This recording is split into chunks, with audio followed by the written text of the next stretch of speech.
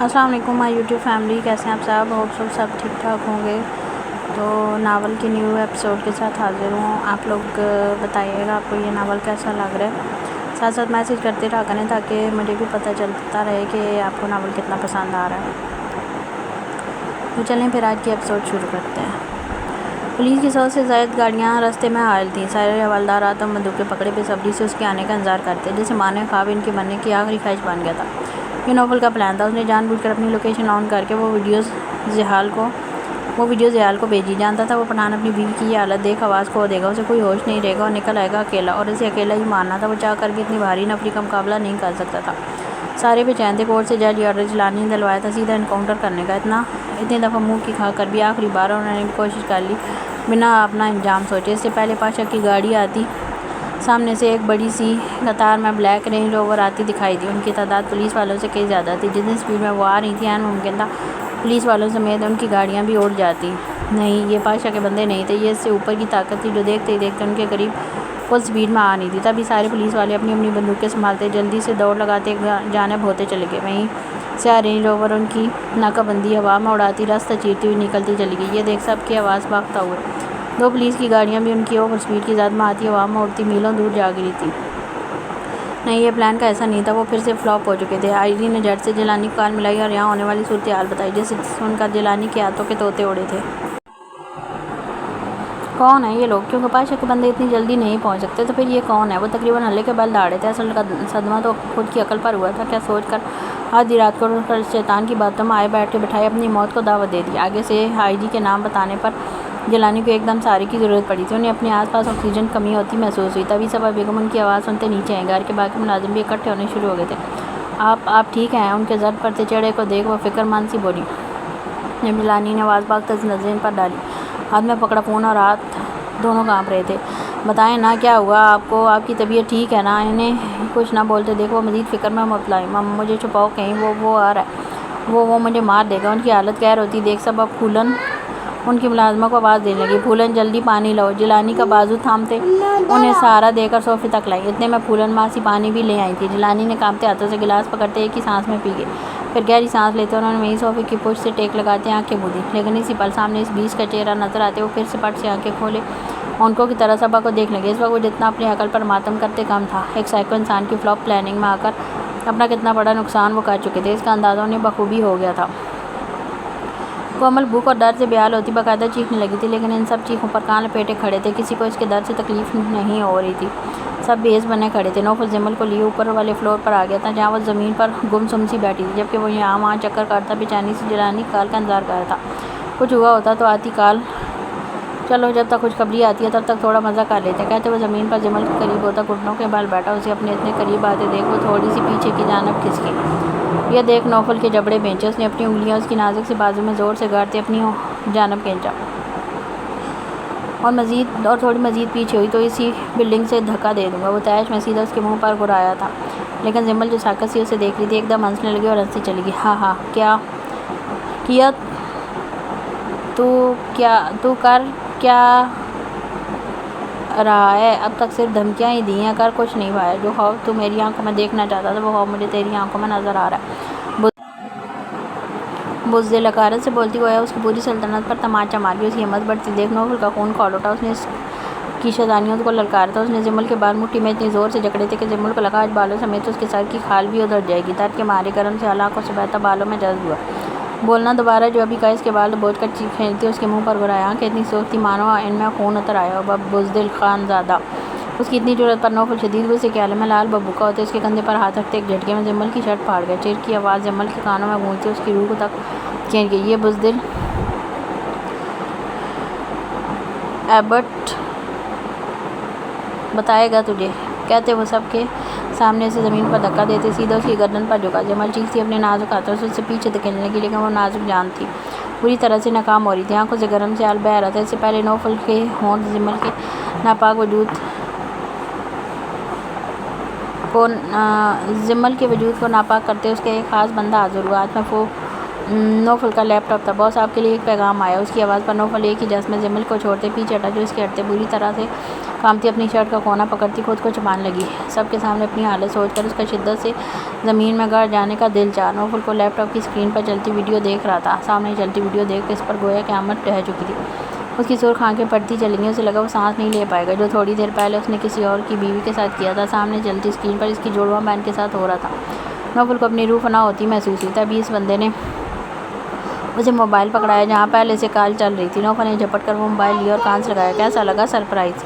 مقابل کی خوبصورت آوازوں سے اس وقت زہر سے بھی اوکے تھینک یو مقابل کی خوبصورت آوازوں سے اس وقت زہر سے بھی بدتر لگی۔ اصل جھٹکا جو اسے لگا تھا وہ یہ کہ وہ آواز پاشا کی نہیں تھی اور نہ ہی یاقوت اور پامیر کی۔ پھر کون تھا چوتھا بندہ؟ کون ہے تم؟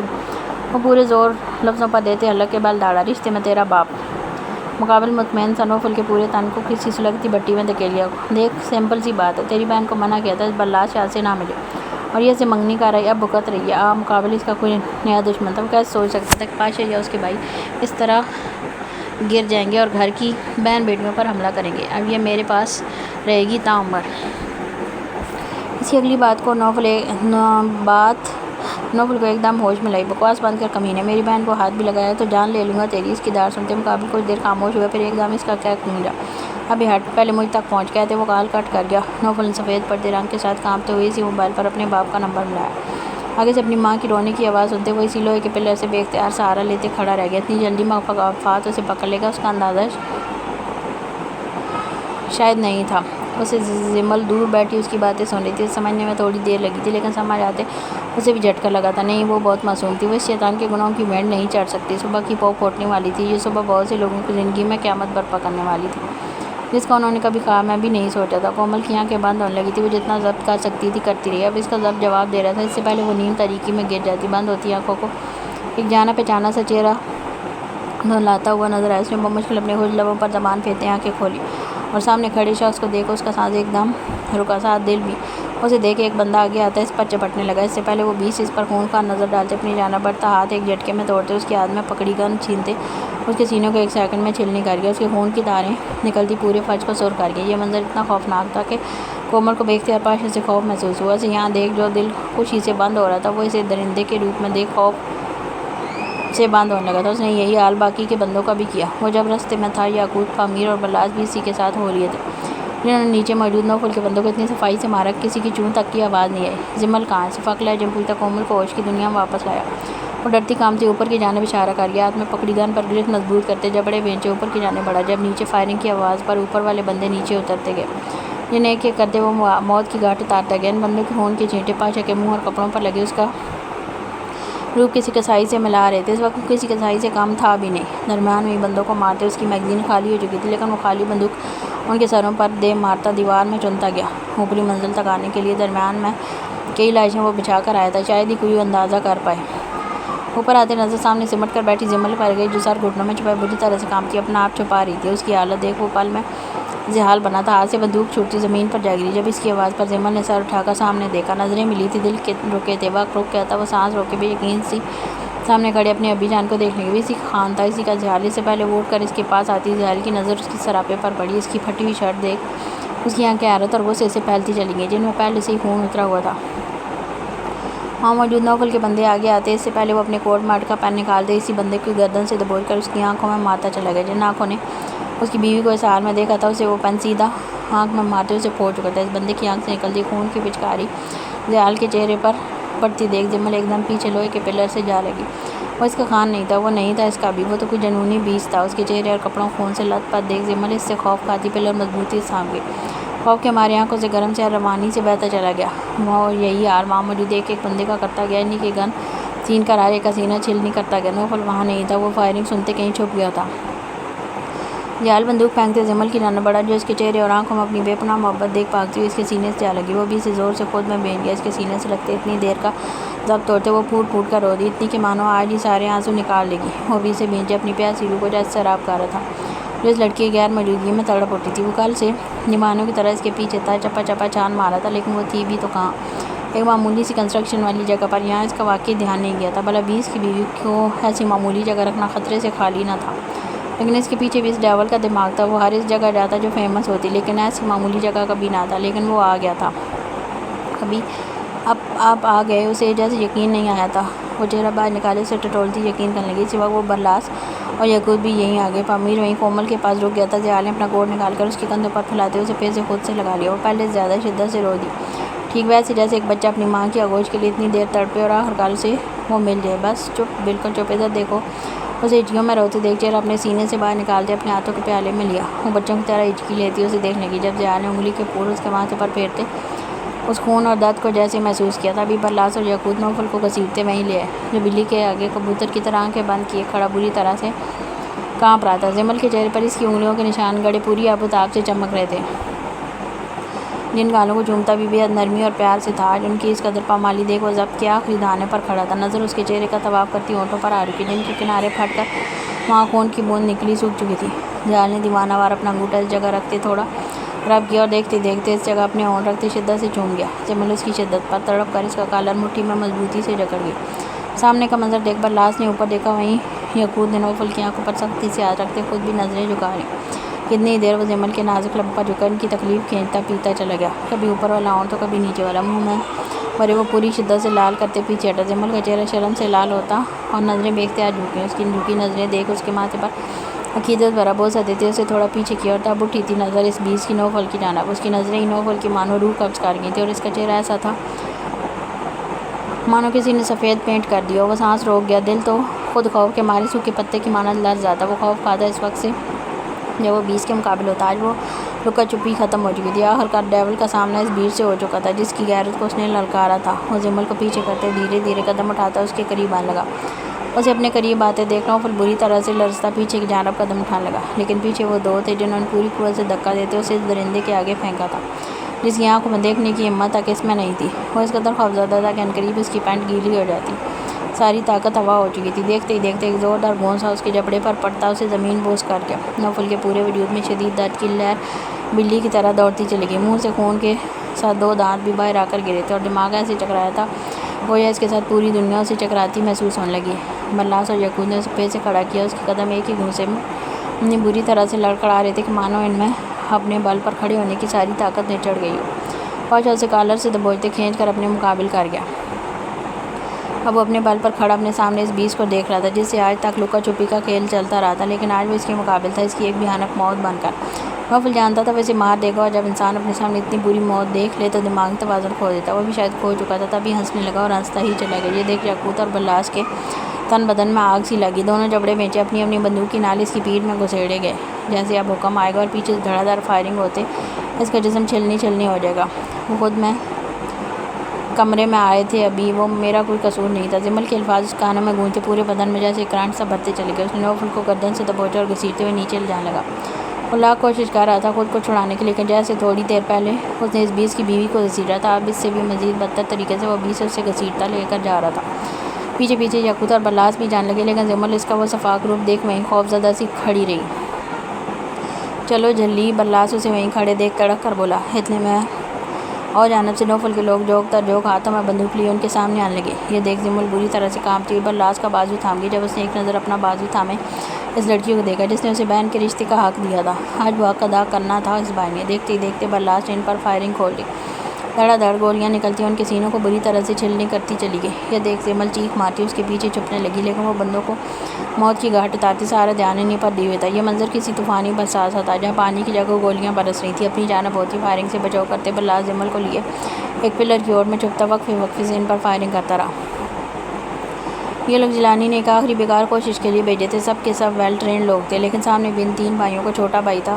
حفاظت بھی اپنی بہن کی کر رہا تھا. کیسے نہ جسم میں آگ بھرتی اور ان پر قہر بن کر ڈہ جاتی. نیچے والی منزل سے بھی گولیوں کی بچھاڑ کی خوفناک آوازیں آ رہی تھیں. عنقریب تک جمل خوف کے مارے بے ہوش ہو جاتی. اس سے پہلے دو مضبوط بازوؤں نے اسے کھینچ کر اپنے سینے سے لگایا تھا. وہ بے جان سی اسی دشمن جاں کی پاؤں میں جھولتی چلی گئی جو اس کے گرد اپنی محبت کا باندھ باندھے ان لوگوں کو ختم کر رہا تھا جو اس کی جان کو ختم کرنے آئے تھے.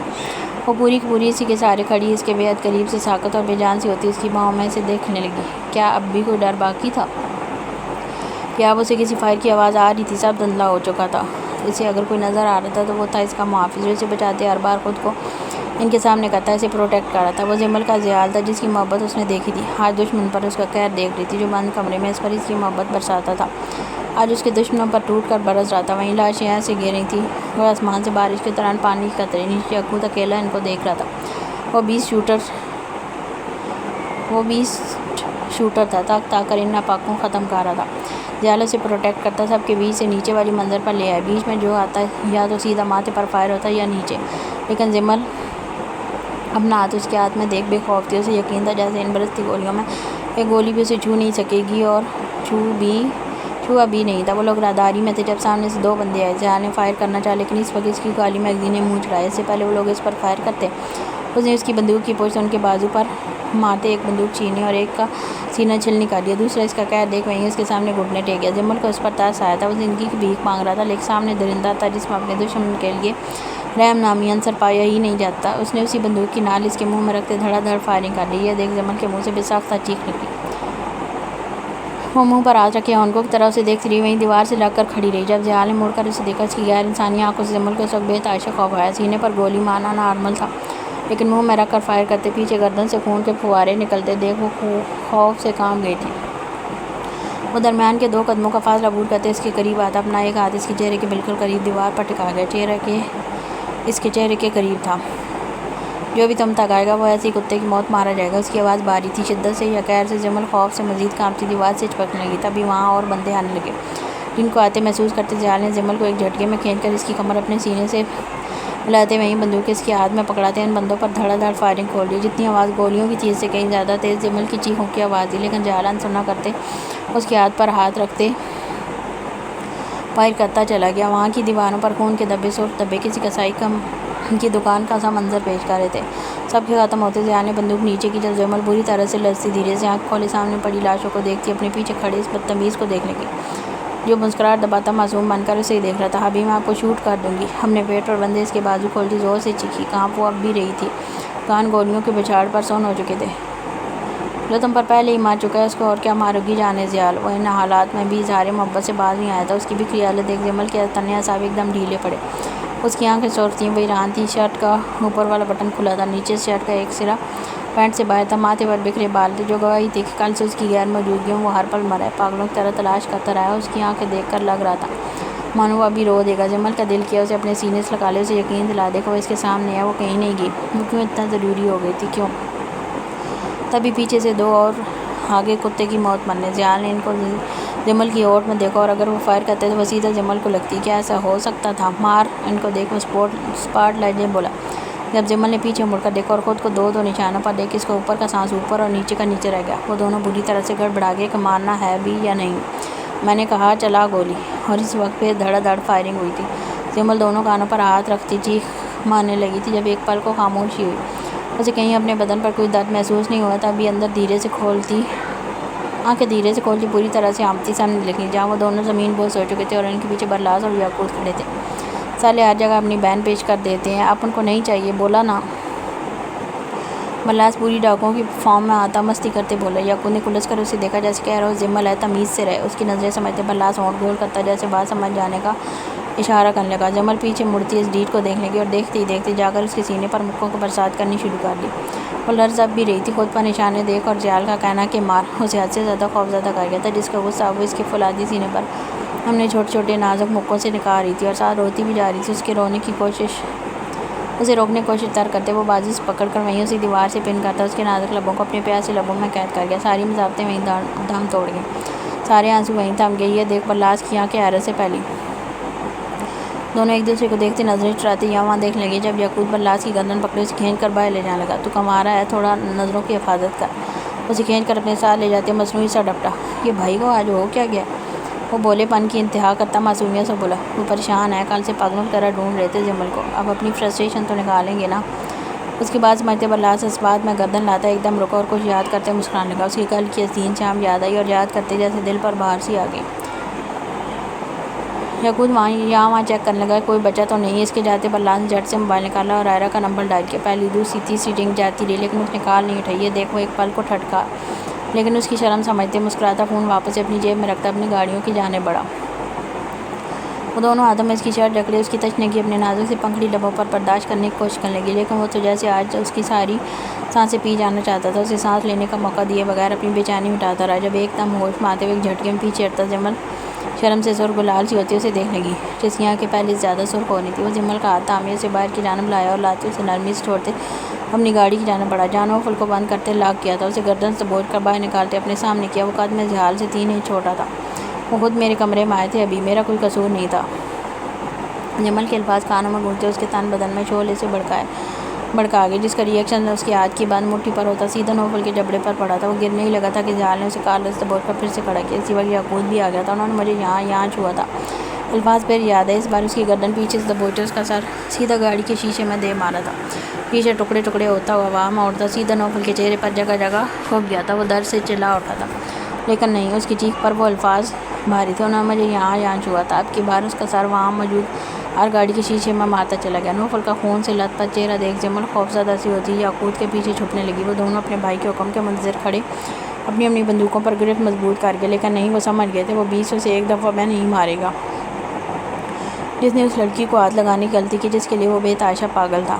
اس کا خون سے تر چہرہ اپنے مقابل کرتے شعلہ بار نگاہ اس کے وجود پر ڈالی۔ کہا تھا نا میری بیوی کو چھونے کی غلطی بھی مت کرنا، کہا تھا نا۔ اس کے منہ پر ڈالتے اس کا بازو سیدھا کرتے اپنی کونی اتنی زور سے ماری کہ باقاعدہ اس کی ہڈی ٹوٹنے کی آواز آئی۔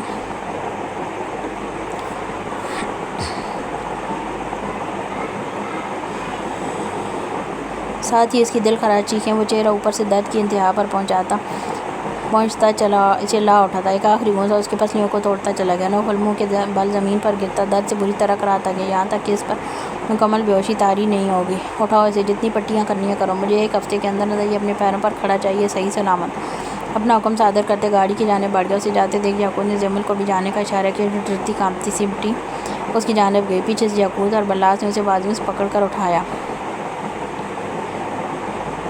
اس کی شکل مجھے اپنی محبوبہ سے ملتی ہوئی لگتی ہے، لیکن میرا سالہ اتنا کمینہ نہیں ہو سکتا۔ اس کو دیکھ کر تو سالے والی گالی منہ سے نکل رہی۔ بلاس اسے گھسیٹتے گاڑی کی جانب لاتا کہ صدا سے بولا تھا کہ یعقوب نے باقاعدہ رک کر اسے دیکھا۔ یہ تم ہرگز نہیں چاہو گے گھر بیٹھی آئرہ ابھی سے بے وہ ہو جائے۔ اس کی خطرناک دھمکی سمجھتے بلاس ایک جھٹکے میں انسان بن گیا۔ دونوں نے اسے گاڑی میں پھینکنے ہی لگے تھے کہ پچھلی نشست پر 2 لوگوں کو پہلے سے بیٹھے دیکھ یعقوب اور بلاس دونوں کی آنکھیں پھٹیں۔ ان میں ایک آئی جی اور ایک DSP تھا، جن کے دونوں بندے ہاتھوں کے ساتھ ساتھ منہ پر بھی ٹیپ تھی۔ یہ کدھر سے نازل ہو گئے؟ بلاس تقریباً چیخا تھا۔ تبھی وہاں جہال کی گاڑی رکی، جسے وہ ٹرن دے کر ان کی جانب لایا تھا۔ دونوں کو عزت سے تھانے چھوڑانا، اگلی بار میرے راستے میں آئے تو آج ہاتھ پیر توڑنے کے ساتھ اگلی بار سیدھا فائر مار دوں گا۔ اس کی آواز سن کر دونوں ایسے تھے مانو دونوں کی روح ایک ساتھ فنا ہو چکی ہو۔ مطلب اپنے راستے میں پولیس کے کھڑے ہونے سے پہلے سے واقف تھا اور مین پارٹی کو پکڑ پوری فورس سے گھٹنے ٹکوا گیا تھا۔ یہ بندہ وہ لوگ کیسے بھول گئے کہ وہ بادشاہ بے ہے، اسے کسی کی مدد کی ضرورت نہیں۔ وہ آواز کھو کر بھی آوازوں میں تھا۔ وہ ویڈیو دیکھ کر اندھا دھند ضرور بھاگا تھا، لیکن پھر بھی بیچ میں حائل اپنے دشمنوں سے واقف تھا، اور یہ دونوں کہاں کال کر چکے تھے۔ آ گئے دونوں کام سے۔ دونوں کو اپنا خون خشک ہوتا محسوس ہوا۔ جہال جان سے اپنی گاڑی اڑا لے گیا۔ پیچھے وہ دونوں بھی تھوک نکلتے اپنی گاڑیوں میں بیٹھ گئے۔ نوفل کی زندہ لاش دونوں پولیس والوں کے بیچ بٹھا کر ان کی آدھی روح فنا کروا دی تھی۔ وہ پورے راستے خاموش تھا۔ جمل اسے بار بار چور نگاہوں سے دیکھتی، کچھ بولنے کی کوشش کرتی، لیکن اس کے اس پار تاثر دیکھ ڈر کر خاموشی سے باہر دیکھنے لگی۔ تبھی اسے اپنے سینے میں درد اٹھتا محسوس ہوا۔ وہ فرنٹ سیٹ پر بیٹھی تھوڑی بے چین سی ہوئی، لیکن درد عجیب سا تھا، نہ وہ کرا سکتی تھی اور نہ بتا سکتی تھی۔ درد اگنور کرتی جہال کو دیکھنے لگی۔ ابھی آپ ناراض ہیں؟ اتنی دیر سے جو سوال تنگ کر رہا تھا بالآخر پوچھ بیٹھی، لیکن وہ خاموش رہا۔ اس خاموشی سے جمل کو اپنا درد اور زیادہ محسوس ہوا۔ ابھی جی بولے نا۔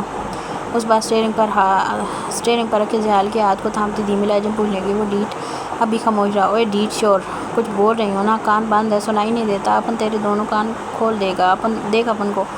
وہ بلاس والی زبان بولتی زبردستی جہال کا چہرہ اپنی جانب موڑنے لگی۔ جب اس نے چلتی سنسان سڑک پر ایک دم بریک لگائی اور ایک جھٹکے میں جمل کو کھینچتے اپنی گود میں بٹھا گیا۔ اسے اچانک افتاد پر آنکھیں پھاڑے اسے دیکھنے لگی، جو آنکھوں میں خماری سے چہرے پر قرب لیے اسے دیکھ رہا تھا۔ جمل کو اس کی آنکھوں میں دیکھتے اپنا دل ساری پسلیاں توڑتے باہر آتا محسوس ہونے لگا تھا۔ نہیں سنائی دیتا؟ تمہاری تھوڑی سی دوری مجھ سے میری سماعتیں چھین گئی۔ وہ کتنی تکلیف میں تھا۔ جمل کو اب احساس ہوا تھا، تمہیں کیوں سمجھ نہیں آتی کہ تمہارے بغیر میرا کیا حال ہو جاتا ہے؟ کیوں گئی تم بنا مجھے بتائے؟ آخر میں خود پر ضبط کھوتے ہوئے دہاڑا تھا۔ جمل بے اختیار بری طرح سے کانپتی پیچھے اسٹیئرنگ سے ٹیک لگا گئی، آنکھوں میں موٹے موٹے آنسو کے 2 قطرے باہر آنے کو بےتاب ہوئے۔ جانتی ہو، بولتے اسے بازو سے دبوچتے پھر سے اپنی جانب کھینچا، کل سے تمہیں پاگلوں کی طرح ڈھونڈتے میں کتنی بار اذیت کی موت مرا ہوں۔ تمہارا یہ خون دیکھ کیسے میری روح کانپ رہی تھی، اندازہ ہے تمہیں وہ دہاڑا تھا اپنے اندر جمع ہوئی تکلیفوں کا ایسے نکال رہا تھا شاید اسے خود بھی اندازہ نہیں تھا۔ جمل کی آنکھوں سے گرم سال پیدا اس کے عارض کو تر کرنے لگا۔ وہ دم سادے اس دن سے اپنے چہرے کے اتنے قریب دیکھتی رہی جہاں سے دونوں کی گرم سانسیں ایک دوسرے سے ملتی دم توڑ رہی تھی۔ نہیں تمہیں نہیں اندازہ کہ تمہیں کچھ ہو جاتا تو میرا اور میرے بچوں کا کیا ہوتا جو گھر تمہارے لیے تڑپ رہے ہیں۔ وہ کل سے میشی کو بار بار سمجھا رہا تھا کہ کیسے بچوں کو سنبھالے جو مسلسل رو رو کر اکیلی میشی بیچاری کو ہلکان گا رہے تھے۔ میں سے چھوڑے تھے اتنی دیر سے سانس روک کے بیٹھی وہ مجھ کو لٹک اٹک کر بولی کون سا میسج دکھاؤ کہاں کیا ہے۔ اس کا موبائل کوٹ کی جیب میں تھا جو اس وقت جمل کے وجود کو خود میں چھپائے ہوئے تھا۔ ضیاء نے اس کی جیب سے اس کا موبائل نکالا اور میسج آن کیا۔ اس کے نمبر پر کیے گئے میسج کے آگے ایک ریڈ آئیکن بنا تھا جو اس بات کا اشارہ تھا کہ میسج مقابل کو سینڈ نہیں ہوا۔ یہ میسج مجھ تک آیا ہی نہیں تھا۔ وہ اتنی بڑی غلطی کر چکی تھی جلدی میں یہ دیکھنا ہی بھول گئی تھی کہ میسج گیا ہے یا نہیں۔ جمل نے ہونٹ گول کرتے ہوئے حال کو دیکھا۔ یہ نہیں ہونٹ اندر کر اپنے اسے رونے کی تیاری پھر سے پکڑتے دیکھ جھٹ سے تنے اعصاب ڈھیلے چھوڑے لیکن وہ کہاں سنتی تھی۔ زاروں قطار روتی ضیاء کی گردن میں منہ چھپا کے یہاں وہ ہر بار بے بس ہو جاتا تھا۔ آئی ایم سوری ابھی آئی ایم سو سوری روتے ہوئے سوں کرتی ضیاء کا سارا غصہ ہوا کر گیا۔ وہ وہیں سے اس کے گرد اپنے اعصار کو مضبوط کرتا اسے خود میں بیٹھ گیا۔ وہ بھی اس کی شدت پر مزید اس میں سمٹتی روتی رہی۔ اچھا نا بس رونا بند کرو،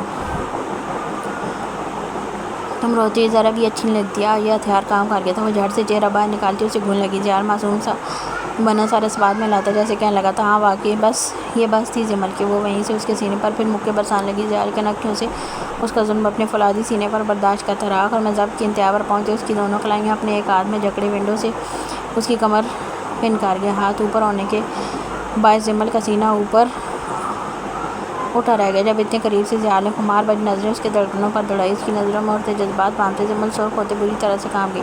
تم نے میرے سینے پر ظلم کیا اب میری باری۔ اس کی شدت سے بوجھل ہوتی آواز جمل کی ریڑھ کی ہڈی تک سن کر گئی۔ تیز سانس لیتے اس کا اوپر نیچے ہوتا سینہ اس وقت ضیاء کی خمار بج نظروں میں کہتا نہیں مجھے پہلے سے درد ہو رہا ہے۔ وہ روان سی ہوتی وہ مجھ کو بولی کیوں کیا ہوا۔ وہ ایک دم فکر مند ہوا۔ ابھی تو صرف اس کے سر کی چوٹ سے واقف تھا، باقی تو گھر جا کر اس کے پورے بدن کے زخم دیکھنے تھے۔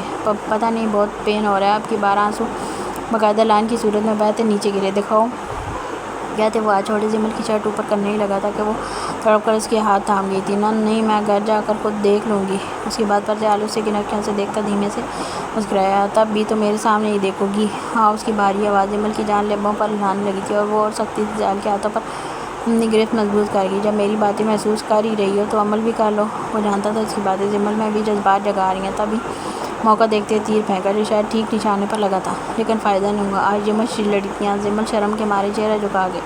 سینے میں اٹھتا درد ایک بار پھر محسوس ہوا۔ ابھی پین بڑھ رہا ہے بتاتے ہوئے وہ رو دینے کو تھی۔ ضیاء نے اسے موقع دیے بغیر اس کی دھڑکنوں پر ہاتھ جمایا جو معمول سے ہٹ کر سخت ہو رہی تھی۔ اس کی ہاتھ کی حرکت اپنی دھڑکنوں پر محسوس کرتی وہ آنکھیں بند کیے لمبے سانس لینے لگی۔ بند گاڑی میں اس کی بھاری سانسیں ضیاء کو بے باک ہونے پر مجبور کر رہی تھیں۔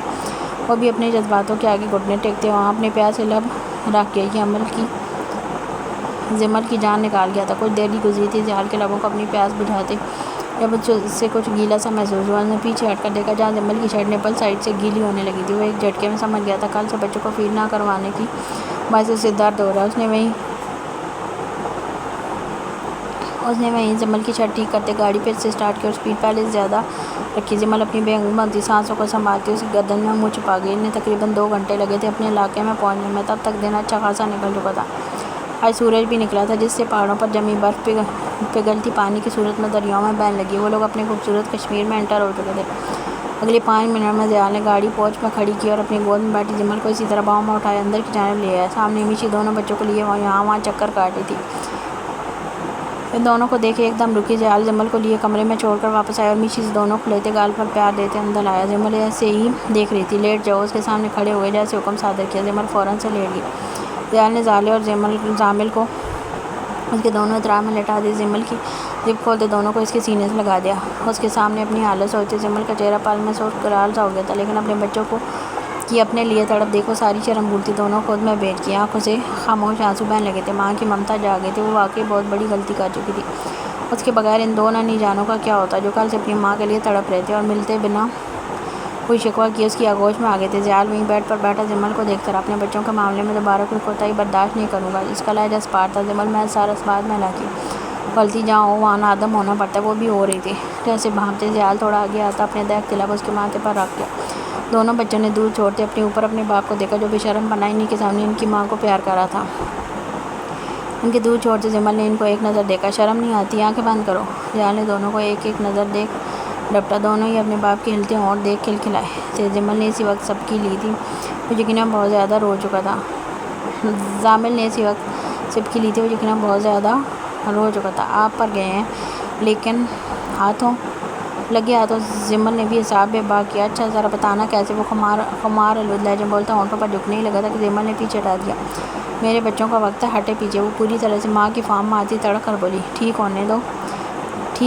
ہونے دو رات، اپنے وقت کا بھی پائی کر کے حساب لوں گا۔ اس کے نہ کرتے ہوئے ہونٹ چومتے اس نے کپڑے اٹھا کر باتھ روم میں گھس گیا۔ پیچھے اس کی بات پر شرم سے لال ہوتی زمل مسکراتی دونوں کو پھر سے اپنے سینے سے لگا گیا۔ یہ دونوں بھی زیادہ ٹائم لے رہے تھے، شاید زیادہ بھوکے تھے، لیکن اب زمل کو درد محسوس نہیں ہوتا، مطلب زحال سمجھ گیا تھا کہ اسے وہ درد کیوں ہو رہا تھا۔ دونوں فیڈ کرتے خود ہی پیچھے ہٹ کے جب زمل نے باری باری دونوں کی پیٹھ تھپتھپائی، اتنے میں زحال فریش ہوتا باہر آ کر سیدھا فرسٹ ایڈ باکس اٹھا کر اس کی جانب آیا اور بنا کچھ کہے اس کے ماتھے پر لگا خون صاف کرنے لگا۔ زمل بھی خاموش تھی جب تک اس نے پورا بینڈیج نہیں کر دیا۔ باقی زخم رات کو دیکھوں گا، ایک آئی ونک کرتے شرارت سے بولتا اٹھ کھڑا ہوا۔ جب اس کی بات سمجھتی زمل نے کشن اٹھا کر اسے دے مارا، لیکن افسوس اس سے پہلے وہ ہنستا ہوا کمرے سے باہر نکل گیا۔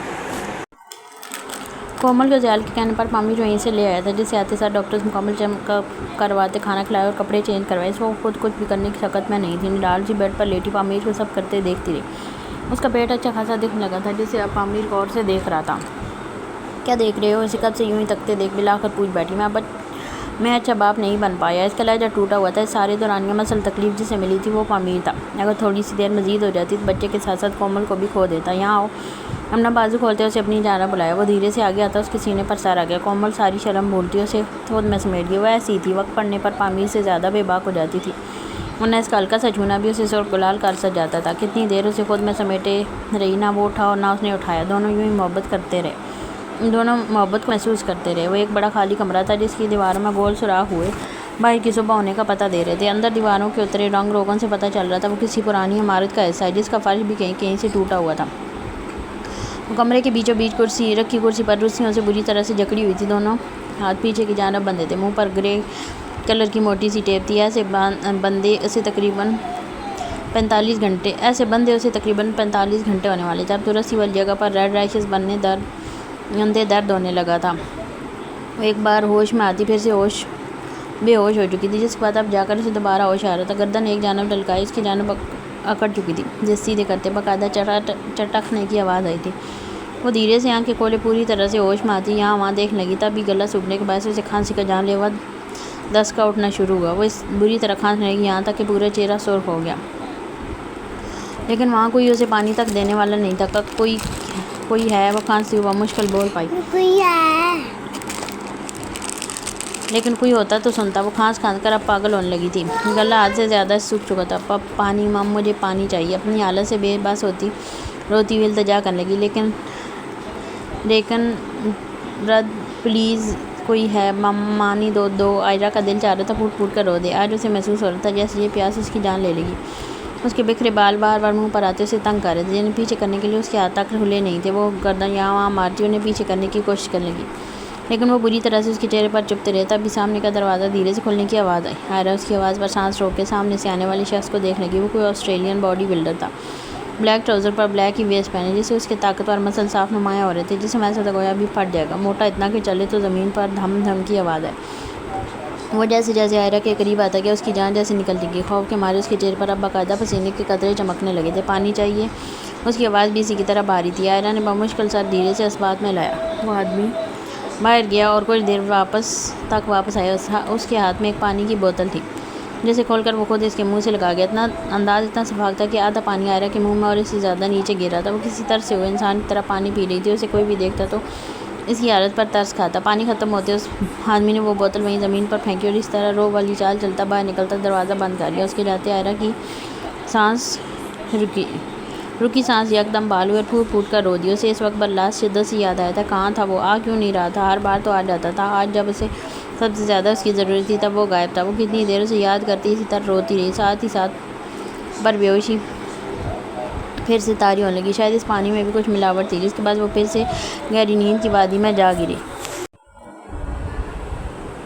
کومل کی طبیعت کل سے ناساز تھی، BP زیادہ لو ہونے کے بعد اس کے بچے پر گہرا اثر پڑا تھا۔ پامیر کل سے یہ اس کی اور بھگت میں لگا ہوا تھا، باقی سب بھی اس کا پہلے سے زیادہ خیال رکھ رہے تھے۔ اس کی جگہ کوئی اور عاملہ ہو رہا تھی، شاید اب تک اپنا بچہ کھو چکی ہوتی، لیکن وہ خود اس چیز کی ڈاکٹر تھی۔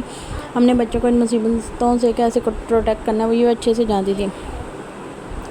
اب بھی BP کی وجہ سے وہ بے جان سی پڑی تھی۔ جب میشی اس کے لیے سوپ بنا کر لائی، پامیر میرے کے سامنے کھڑا بال بنا رہا تھا، وہ ابھی شاور لے کر نکلا تھا۔ کومل بیٹھ کر ان سے ٹیک لگائے بیٹھی پامیر کے پیٹھ تکنے میں اتنی مگن تھی کہ اسے میشی کے بھی آنے کا پتہ نہیں چلا۔ یہ سوپ، اس نے گلا کھنکارتے کومل کی توجہ اپنی جانب متوجہ کری۔ جب وہ اس کی جانب مڑتی، اس کے چہرے پر سیاہی سی ہنسی دیکھ تھوڑی متذبذب سی ہوئی۔ بھائی آپ بھی آ جائیں، بریک فاسٹ لگ گیا۔ پامیر کو مؤدب انداز میں مخاطب کرتی باہر نکل گئی۔ اتنا ہینڈسم لگ رہا ہوں کہ نظریں نہیں ہٹ رہی تمہاری۔ اس کے پھر سے خود کو کنکھیوں سے دیکھتے پا کر شریر ہوتے بولا۔ کومل اس کی بات پر ہوش کی دنیا میں واپس آتی جلدی سے سائڈ ٹیبل پر رکھا سوپ اٹھا کے اس میں چمچ چلانے لگی۔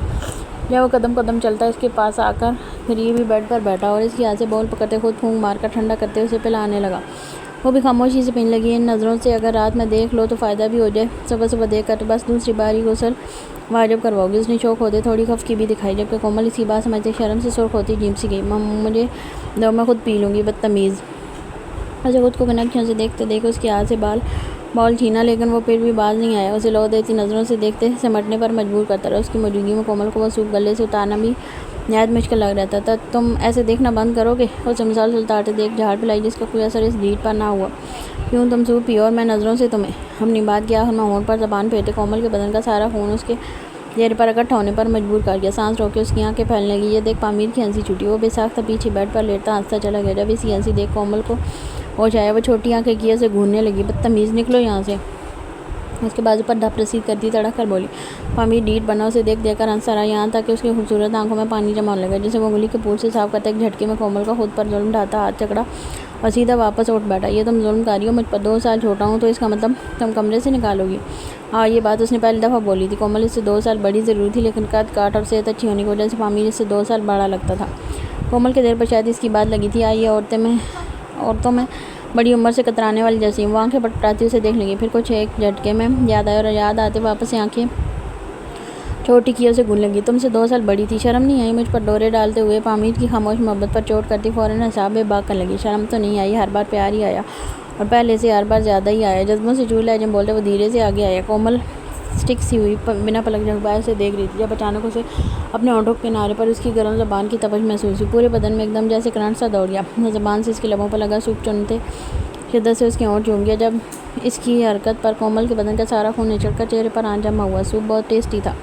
اس کے گالوں پر چٹکی کاٹتے وہ فوراً سے کمرے سے باہر نکل گیا۔ جانتا تھا وہ اسے الگ الگ القابات سے نوازے گی۔ ان دہشت گردوں کی زندگی جن کے آگے ان کے دشمن تھر تھر کانپتے تھے، وہ اپنی بیویوں کے آگے کانپتے تھے۔ یہ تربیت بھی ایک دہشت گرد کی ہی دی ہوئی تھی۔ جمل دونوں بچوں کا جھومر ٹھیک کرتی میشی کے پاس کچن میں چلی گئی۔ دونوں مل کر ناشتے کا ٹیبل سیٹ کیا۔ تب تک باقی سب بھی آ چکے تھے۔ زیال آتے اپنے بچوں کو باری باری اٹھا کر چومنے لگا۔ دونوں ہی صبح صبح اپنے باپ کا لمس پا کر نہال ہو گئے۔ زامل تو انگڑائیاں لینے سے ہی باز نہیں آ رہا تھا۔ اس دوران زیال نے نوٹ کیا تھا زالے اس سے کمزور تھی۔ اسے پتا تھا جڑواں بچوں میں ایسا ہوتا ہے، عموماً ایک بچہ دماغی اور جسمانی طور پر کمزور ہو، لیکن زیال ایسا ہرگز نہیں چاہتا تھا اس کی بیٹی کمزور ہو۔ تب بھی اس نے زالے کو گود میں اٹھایا اور اپنی گود میں لیے سربراہی کرسی پر بیٹھ گیا۔ یعقوب پہلے تو اپنے فون میں کچھ کرتا رہا، اس کے بعد رکھتے سامنے سے میشی کو اندر باہر آتے جاتے دیکھنے کا۔ اس کی نظروں میں کچھ تھا، لیکن وہ اسے سرے سے ہی اگنور کر رہی تھی۔ آخر میں بلاس کی کافی اس کے سامنے رکھتے ہی یعقوب کے ساتھ والی کرسی پر آ کر بیٹھ گئی۔ وہ تب بھی اسے ہی دیکھ رہا تھا۔ جب میشی کی نظر اس پر پڑی، اس نے سر کے اشارے سے پوچھا کیا؟ جواب میں وہ بھی سر نفی میں ہلا گیا۔ آج کومل کے چیک اپ کے لیے جانا ہے۔ سب ناشتے مصروف تھے۔ جب پامیر زیال سے مخاطب ہوا، جمل کو بھی چوٹ آئی تھی تو وہ بھی ساتھ چلے ساتھ چیک اپ ہو جائے گا اس کا بھی۔ اس کی بات پر جمل نے زیال کی جانب دیکھا، جس نے پامیر کو دیکھتے ایک نظر اسے دیکھا۔ ٹھیک ہے، چلے جانا تم لوگ، کہتے وہ واپس سے کھانے پر جھکا، ساتھ زالے سے بھی ہلکی پھلکی بات کرتا رہا۔ اتنے میں زامل رونے لگا۔ یقیناً اپنے ساتھ ہوئی ناانصافی اسے پسند نہیں آئی تھی۔ ایک کو اٹھا لیا اور اس کو چھوڑ دیا۔ وہ منہ پھاڑ کر اپنا انصاف مانگ رہا تھا۔ جمل جا کر اسے بھی اٹھا لائی۔ تم بھی چلی جانا، ساتھ آؤٹنگ ہو جائے گی، شاپنگ کا دل چاہے تو وہ بھی کر آنا۔ میشی جو سب کی باتیں سنتی منہ میں بریڈ چبا رہی تھی، یعقوب کی آواز پر ایک دم اس کی جانب مڑی اور آرزو سے دیکھنے کی یہ پہلی بار تھا جو وہ اسے خود سے جانے کہہ رہا تھا، لیکن بچے اسے آگے وہ کچھ بولتی پر لا سیکھ پڑا۔ میں سنبھالوں گا بچے۔ اس کے کھڑے ہاتھ ایک، سب نے ایک نظر سے اور پھر ایک دوسرے کو دیکھا۔ ایک گہری خاموشی سب کے بیچ رقص کرنے لگی۔ بلاس یہ دیکھ جھٹ سے ہاتھ نیچے کرتا خفا خفا سی نظروں سے سب کو دیکھنے لگا، جیسے کہہ رہا ہو کہ اب میں نہیں سنبھال سکتا، تمہارے ساتھ چھوڑنے سے بہتر ہم ان کو خود ان کو لے جائیں۔ پامیر اس کی نظریں سمجھتے چڑھانے والے انداز بولا۔ بلاس کا مظلوم چہرہ دیکھ زیال کو ہنسی آئی۔ وہ بھلا اپنی پہلی اولاد کو افسردہ دیکھ سکتا تھا؟ بلاس سنبھال لے گا، میں 2 گھنٹے تک واپس آ جاؤں گا، ایک ڈیل کے لیے جانا ہے، بس یہ تھا آخری فیصلہ۔ بلاس خوشی سے جھوم اٹھا۔ باقی سب بھی مسکراتے ہوئے واپس سے کھانے پر جھکے، لیکن زامل زالے جو اب تو مزے سے اپنے سامنے اپنے ماں باپ کو دیکھتے خوشی سے اپنے چھوٹے چھوٹے ہاتھ پیر مارے تھے۔ وہ کیا جانے ان کا شاہ چاچو آج ان کا کیا حال کرنے والا ہے۔ زیال اپنا ناشتہ تقریباً سال سے پہلے ہمیشہ کی طرح ختم کرتا اٹھ کر کمرے میں چلا گیا۔ زمل بھی اس کے کپڑے وغیرہ نکالنے کے لیے پیچھے پیچھے چلی گئی۔ بلاس باہر چلا گیا۔ پامیر کو کومل کی اطلاع دینے کے کمرے کی جانب چل دی۔ پیچھے میشی اور یعقوب بچے تھے۔ جب میشی سب برتن ایک ایک کر کے کچن میں لے جانے لگی، جب برتن سنک میں رکھتی واپس مڑی ہی تھی کہ کسی کے پہاڑی سینے سے ٹکراتی ایک قدم پیچھے ہوئی تھی کہ مقابلے نے ایک ہاتھ سے کلائی اور دوسرا ہاتھ اس کی نازک کمر پر رکھتے واپس اپنی جانب کھینچ لیا۔ اس اچانک افتاد میں میشی آنکھیں پہاڑی اپنے سامنے اس دشمن جاں کو دیکھنے لگی جس کا تھوڑا سا قریب آنا بھی اس کی سانسوں کو جھنجھوڑ کر رکھ دیتا تھا۔ تم ہماری گھبراہٹ کے بس یہی بول پائی جب وہ عجیب سی نظروں سے اسے دیکھ رہا تھا۔ تم کیوں کر رہی ہو یہ سب؟ انداز پھاڑتا میشی ایک پل کو گڑبڑا گئی۔ کیا کر رہی ہوں؟ ناسمجھی سے پوچھا۔ ایک تو اپنے نازک بدن کو اس کی آتش وجود کے ساتھ لگے دیکھے سے بولنا بھی محال ہو رہا تھا۔ تم ایسی نہیں تھی، تمہیں گھر کے کاموں کی عادت نہیں تھی، بچوں کو سنبھالنا سمجھ میں آتا ہے، لیکن یہ سب کھانا بنانا کچن سنبھالنا کیوں؟ آؤ جو اسے خود سے انجان سمجھ رہی تھی وہ تو اس کی حرکت دم سے باخبر تھا۔ ایسے ہی بولتے وہ سر چہرہ جھکا گئی، اتنے قریب سے اس کی گرم سانسوں کی تپش میشی کی ریڑھ کی ہڈی سن کر رہی تھی۔ تمہیں کیا لگتا ہے تم میرے گھر والوں کا خیال رکھو گی تو میری محبت تمہارے لیے بڑھ جائے گی؟ ہاں اسے ایک سوال کی توقع نہیں تھی۔ وہ چہرہ اٹھاتے ساکت سے اسے دیکھنے لگی، آنکھوں میں نمی تیرنے لگی، دل ایک دم بھاری ہوا تھا جیسے کوئی بھاری چیز اس پر آن پڑی ہو۔ کیوں لگتا ہے تمہیں ایسا؟ اس کا خاموش اقرار سمجھتے خود ہی سوال کیا۔ میرے لیے خود کو اتنا بھی مت بدلو کہ تم اپنی اصلی پہچان بھی کھو دو۔ مجھے میری میشی ویسی بھی اچھی لگتی تھی۔ اس کے بعد میں میشی کی آنکھوں میں جمع ہوا نمکین پانی لائن کی صورت میں بہہ گیا۔ وہ واقعی ویسے ایک شخص کی خاطر خود کو بھول گئی تھی۔ تم یہ سب نہیں بھی کرو گی تو بھی میں جانتا ہوں تم اب صرف میری ہو، مجھ سے جو رشتے تمہارے لیے سب سے اہم ہے۔ میں آج میڈ لگوا دوں گا۔ میری بیوی ملکہ تھی اور ملکہ رہے گی۔ آخر میں اس کا ماتھا چومتے اس کے پورے بدن میں ایک سکون کی سی لہر دوڑا گیا۔ میشی آنکھیں بند کی اس کے دہکتے لمس کو محسوس کرتی رہی۔ رخسار تھوڑی سی دیر میں تپ اٹھے تھے۔ مجھے بھائی کے ساتھ جانا ہے۔ اگر ایک فور ہٹ کس پر تم ایسے بلش کرو گی تو نہ میں باہر جا پاؤں گا نہ تم کمرے سے نکل پاؤ گی۔ اس کی صدر بے باکی پر میشی جھٹ سے پیچھے ہٹی۔ یہ دیکھ یعقوب دھیمے سے مسکراتا واپس سے اس کی کمر میں ہاتھ ڈالتے ایک جھٹکے میں خود سے لگا گیا۔ کیا کر رہے ہو؟ چھوڑو، کوئی آ جائے گا۔ اس کے ہاتھ کی گرفت اپنی کمر پر مضبوط ہوتی محسوس کرتے ہوئے تڑپ کر بولی۔ وہ کچھ بولے بنا اس کا ہاتھ تھامے کھینچ کر کمرے میں لے گیا۔ میشی اس کے ساتھ کسی گٹی ڈال کی طرح کھینچتی چلی گئی۔ کمرے میں آتے دروازہ بند کرتے ساتھ میشی کو دیوار سے پن کرتے اس کے پنکھلی سے لبوں پر پوری شدت سے قابض ہوتا اس کی سانسیں رک گیا۔ میشی تڑپ کر اس کا کالر مٹھی میں جکڑ گئی۔ وہ بےتاب سا ہوتا پورے جوش سے اس کی سانسیں جھنجھوڑ کر آ گئی۔ یہ شدت الگ تھی، جان لیوا تھی۔ وہ پہلے کی طرح بن رہا تھا، بےتاب، بے چین، بے باک، اپنی شدتوں سے میشی کو پوری طرح سے زیر کر دینے والا۔ اس میں جذبات اسی طرح جوش مارنے لگے تھے جیسے پہلے مارتے تھے۔ وہ وہی یعقوب بن رہا تھا جو ایک رات کیا ایک پل کے لیے میشی کو خود سے رہائی دینے کو راضی نہ ہو۔ میشی کو اسی پل اپنے منہ میں خون کا ذائقہ محسوس ہوا، لیکن وہ پھر بھی پیچھے نہ ہٹا۔ اپنی شدت میں وہ خون کا قطرہ بھی پی گیا۔ کچھ دیر مزید اس نازک جان پر ستم ڈھاتے وہ جب پیچھے ہٹا تو نظر میشی کے چہرے پر ٹکی جو شرم اور اس کی شدت کے مارے سرخ انداری سا ہو چکا تھا۔ سانس وہ کھینچ کر لے رہی تھی۔ کمرے میں اس وقت دونوں کی بھاری سانسوں کی آواز گونج رہی تھی۔ اپنے کھانے پینے پر دھیان دو لڑکی، ایک چھوٹی سی کس پر تمہارا یہ حال ہے؟ جب مزید تم پر ٹوٹ کر برسوں گا تب کیا ہوگا تمہارا؟ شدت سے بوجھل ہوتے لہجے میں بولتا اپنے ہونٹ میشی کی گال پر رگڑنے لگا۔ وہ جو پہلے ہی ہانپ رہی تھی مزید اس کی بے باکی پر کانپ اٹھی۔ Please stop. اپنا دل ہتھیلی پر دھڑکتے محسوس کرتے وہ مشکل دھیمی آواز میں بولی۔ کبھی یہ بھی کہا ہے یعقوب پلیز مجھے خود میں سمیٹ لو؟ کبھی کہا ہے یعقوب آج مجھے اپنی شدتوں سے دوچار کر دو؟ کبھی؟ اس سے پہلے وہ مزید کچھ بولتا وہ تڑپ کر اس کے کندھے سے لگے۔ دو پیاسے بدن ملتے دل کو بری طرح سے بے چین کر گئے تھے۔ ساری باڑی توڑ کر اب باہر آنے کو بےتاب ہونے لگا تھا۔ یعقوب بھی اس کے گرد حصار باندھتے اسے خود میں بھیج گیا۔ کتنی دیر دونوں اپنی طلب یوں ہی مٹاتے رہے۔ پامیر اور یعقوب تینوں کو لے کر گئے تھے۔ زیال اکیلا ہی ڈیل کے لیے گیا تھا۔ اب گھر پر بلاس بچوں کے ساتھ اکیلا تھا۔ کتنی دیر وہ ایرا کو کال ملاتا رہا لیکن رنگ ہوتی اور بند ہو جاتی۔ اب کسی گمبھیر گھٹنا کا احساس ہوا تھا۔ اس کے آس پاس کسی اور کا نمبر بھی نہیں تھا کہ کسی سے پوچھ لیتا۔ گھر میں سکون تھا، شانتی تھی، بچے خود سے کھیل رہے تھے، لیکن یہ شانتی اور خاموش کچھ دیر کی مہمان تھی۔ دونوں بچے کاٹ میں لیٹے اپنے ہاتھ منہ میں لیتے کبھی آپس میں پھنسا لیتے۔ زمل دونوں کو تیار کر کے گئی تھی۔ زالے پھولدار چھوٹو سا فراق پہنے سر پر کلپ لگائے جھومر کو دیکھ کر خوش ہو رہی تھی، جبکہ زامل بار بار ہونٹ گول کرتا جیسے رونے کی تیاری پکڑا تھا۔ آخر میں جب کسی نے اسے نہیں اٹھایا تو وہ منہ پھاڑے رونا شروع ہو گیا۔ اسے روتے سن زالے بھی رونے لگی۔ دونوں کا یہی چکر تھا، ایک روتا تو دوسرا اس کی آواز سن کر رونے لگتا۔ بلاس فون صوف پر پھینکتے زامل کی جانب آیا اور دھیرے سے اسے اٹھا لیا۔ کیا ہوا میری جان، کیوں رو رہے ہو؟ بھوک لگی ہے؟ وہ پوچھا ایسے رہا تھا جیسے ابھی وہ کہہ دے گا ہاں اوکے اوکے سمجھ گیا تمہیں بھوک لگی ہے، رکو چاچو ابھی اپنی جان کے لیے فیڈر بنا کر لائے، اوکے اپنی بہنا کے پاس لیٹو میں بس ابھی آیا۔ ہاں وہ زامل کو خوشی سے کھیلتی زالے کے کارڈ میں لٹاتا جلدی سے کچن کی جانب چلے گیا۔ وہ تو تھا ہی زالے کے بالوں کا دشمن، 2 مہینے کے ٹھیک سے ہوئے نہیں تھے اور بہن کا دشمن وہ ابھی سے بن گیا تھا۔ اپنی عادت سے مجبور اس کے چھوٹے چھوٹے بھورے بال اپنی چٹکو سی مٹھی میں جکڑ گیا۔ پھر جو زالے نے رونا شروع کیا اس کی آواز سنتے برلاس بھاگتا ہوا آیا، اتنے میں وہ رو رو کر اپنا چہرہ سرخ کر چکی تھی۔ اوئے اوئے یہ کیا کر رہے ہو، چھوڑو۔ برلاس اس کے ہاتھ میں زالے کے بال دیکھ بری طرح سے گڑبڑایا۔ میرا بیٹا چھوڑ دو، بری بات۔ وہ پیار سے بولتا ہے اس کے ہاتھ کی مٹھی کھولنے کا، لیکن یوں ہی زامل کی مٹھی کھولنے کی کوشش کی وہ بھی منہ پھاڑے رونے لگا۔ برلاس کبھی اس کو تو کبھی زالے کو دیکھتا۔ چپ بس چپ، لو فیڈر پیو۔ اس کے بال نرمی سے چھڑاتے زامل کے منہ میں فیڈر ٹھونسی جسے وہ منہ مار کر سارا فیڈر سے نکلتا دودھ یہاں وہاں لگوانے لگا، کپڑے خراب کروانے لگا۔ یہ دیکھ برلاس نے ایشو سارا دودھ صاف کیا۔ میری جان دودھ پیو، میرا خون نہیں۔ چلو شاباش۔ اس کی لاکھ کوشش پر بھی وہ فیڈر منہ میں ہی نہیں لے رہا تھا، بس روئے جا رہا تھا، مانو اس کا غصہ ہو کہ اس کی بہن کے بال کیوں چھڑوائے۔ نہیں چھڑوانے تھے۔ اس کے مقابلے زالے خاموشی سے فیڈر پینے لگی، لیکن زامل کو روتے سن وہ بھی فیڈر چھوڑے رونے لگی۔ دونوں کا ایک ساتھ رونا دیکھ برلاس بری طرح سے بوکھلا رہا تھا۔ میری توبہ جو میں اپنے بچوں کو دنیا میں آنے بھی دے دوں۔ دونوں اپنے چاچو کی بات سنتے اور بھی تیز سے رونے لگے۔ برلاس سر پکڑ کر بیٹھ گیا، دونوں کا رونا بھی نہیں دیکھا جا رہا تھا۔ نہ جانے کیوں ان بچوں کے رونے سے اس کی جیسے جان نکلتی تھی۔ وہ نہیں چاہتا تھا یہ تھوڑے سے بھی روئے۔ وہ اب سر پکڑے سوچ رہا تھا کیسے چپ کرواؤں۔ جب دماغ میں فوراً ایک آئیڈیا کلک ہوا، اٹھ کر دونوں کے سر کے سائڈ سے کاٹ اوپر کیا۔ وہ آدھے بیٹھے اور آدھے لیٹے ہوئے تھے، بیلٹ نے ان کو مضبوطی سے جکڑ رکھا تھا۔ دونوں کا رونا اب بھی چالو تھا۔ برلاس باہر گیا اور اپنے 10-12 بندے بلائے، اور جو ان کو کہا وہ سن کر سب کے سب ایک دوسرے کو منہ کھولے حیرت سے دیکھنے لگے۔ زیادہ سوچنا صحت کے لیے اچھا نہیں ہوتا، جلدی جاؤ سارے۔ ان کو کی طرح دیکھتے دیکھ دھمکی دیتا واپس اندر آیا۔ سارے بیچارے چپ کر کے چلے گئے۔ جب واپس آئے تو سب نے شرٹ کے نیچے لنگی پہن رکھی تھی۔ یہی حال برلاس کا بھی تھا، تبھی اس کو ساؤنڈ زور زور سے بجنا شروع ہوا۔ دونوں بچے ایک دم چپ ہوتے سامنے دیکھنے لگے۔ جان کے شاہ چاچو آگے کھڑا اور باقی بندے پیچھے کھڑے، لاؤنج کے صوفے ایک سائڈ ہو چکے تھے۔ بچے ان کو کھڑے دیکھ پھر رونے لگے، مونچھوں کو تھوڑا راؤنڈ گھما کے، حنا کے جیسا چشمہ لگا کے، کوکونٹ میں لسی ملا کے، آ جاؤ سارے موڈ بنا کے۔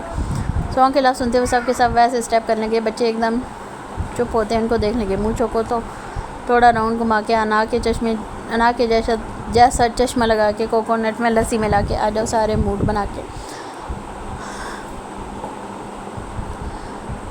برلاس مونچھوں کو تو دیتے ساتھ آئی برو بھی مٹکانے لگا۔ وہ سب اپنی لنگی کو دونوں ہاتھوں سے تھامے ادھر سے ادھر گھومتے، بالکل گانے کے لفظوں جیسی حرکت کرتے۔ بچے ان کو ہلتے دیکھ اور ساتھ گانے کی آواز پر خوشی سے ہاتھ پیر مارنے لگے۔ لنگی ڈانس، لنگی ڈانس۔ برلاس فون ٹون ہوتا، لنگی پکڑے بچوں کے آگے جھینگا لالا ہو والی کی طرح ایک ہاتھ اوپر کرتا، ایک ایک پیر اٹھا کر اچھلتا۔ جو بچے رو رو کر سرخ ہو رہے تھے اب وہ ہنس رہے تھے۔ ڈسکو میں جب یہ گانا بجے گا، آن دا فلور آنا پڑے گا، لنگی کو اٹھانا پڑے گا، اسٹیپ کر کے دکھانا پڑے گا۔ تبھی باہر ان سب کی گاڑی آ رکی، اندر سے چلتے گانے کی آواز سنتے سبھی ٹھٹکے۔ سب نے ایک دوسرے کو دیکھا اور دھیرے سے باہر نکلے۔ پامی نے پچھلی نشست کا دروازہ کھول کومل کو سہارا دے کر باہر آنے میں مدد کی۔ مشی کے بعد جمل بھی باہر نکلی۔ وہ سب ابھی فرنٹ ڈور پر پہنچے ہی دیکھے سامنے کا منظر دیکھ سب کی آنکھیں حیرت سے پھٹی۔ لنگی ڈانس، لنگی ڈانس۔ برلاس کو لنگی پہن کر پوری فارم میں دیکھ تینوں عورتوں کی ہنسی چھوٹی، جبکہ پامیر اور یعقوب تو گویا چکرا ہی گئے تھے۔ اسے بندر کی طرح اچھلتے دیکھ اور باقی بندوں کو بھی گوریلا بندروں کی طرح نچوا رہا تھا، اور بچے بھی مزے سے یہ لنگی ڈانس انجوائے کر رہے تھے۔ نائٹ کلب میں آیا میں تو مجھ کو روکے گا کون، اور کائے کو میرا موڈ میں ڈانس کرے گا، کسی کا ڈیڈی سے نہیں ڈرے گا۔ تینوں ہنس کر پاگل ہونے لگے تھے۔ پامی نے تو قاعدہ کومل کو گرنے سے بچایا تھا۔ مشی اور جمل ایک دوسرے سے لپٹی ہنستی ہوئی پاگل ہو رہی تھی۔ یعقوب کا ہاتھ بھی اپنے جوتے کے پاس جا رہا تھا جس کے تسمے کھل چکے تھے۔ نظروں کا نشانہ وہ چھوٹا فتنہ تھا جس کو جو بھی ہے کرنا وہ کر لو، ادھر ہی ہوں میں کھڑا، پکڑ لو، گھر پہ جا کر تم گوگل کر لو، میرے بارے میں ویکیپیڈیا پڑھ لو۔ وہ ایک بندے کو پکڑے گول گول گھماتا، ان کے ساتھ فل ٹون ہو چکا تھا۔ سب کے سب ایسے تھے جیسے نشہ کر کے آئے ہوں، ناچ ناچ کر پورا ڈیرا سر پر اٹھا رکھا تھا۔ اوپر سے برلاس کی ایکٹنگ، ہر لفظ پر بالکل ویسی ایکٹنگ۔ کومل، مشی اور جمل کی آنکھوں سے ہنس کر پانی جاری ہوتا، پیٹ درد کرنے لگا۔ اب تو پامیر سے بھی ہنسی کنٹرول کرنا مشکل ہو رہا تھا۔ لنگی ڈانس، لنگی ڈانس، مونچھوں کو تھوڑا راؤنڈ گھما کے۔ اس سے پہلے ان کا ڈانس دیکھ تینوں خواتین پاگل ہوتی۔ یعقوب نے جا کر سیدھا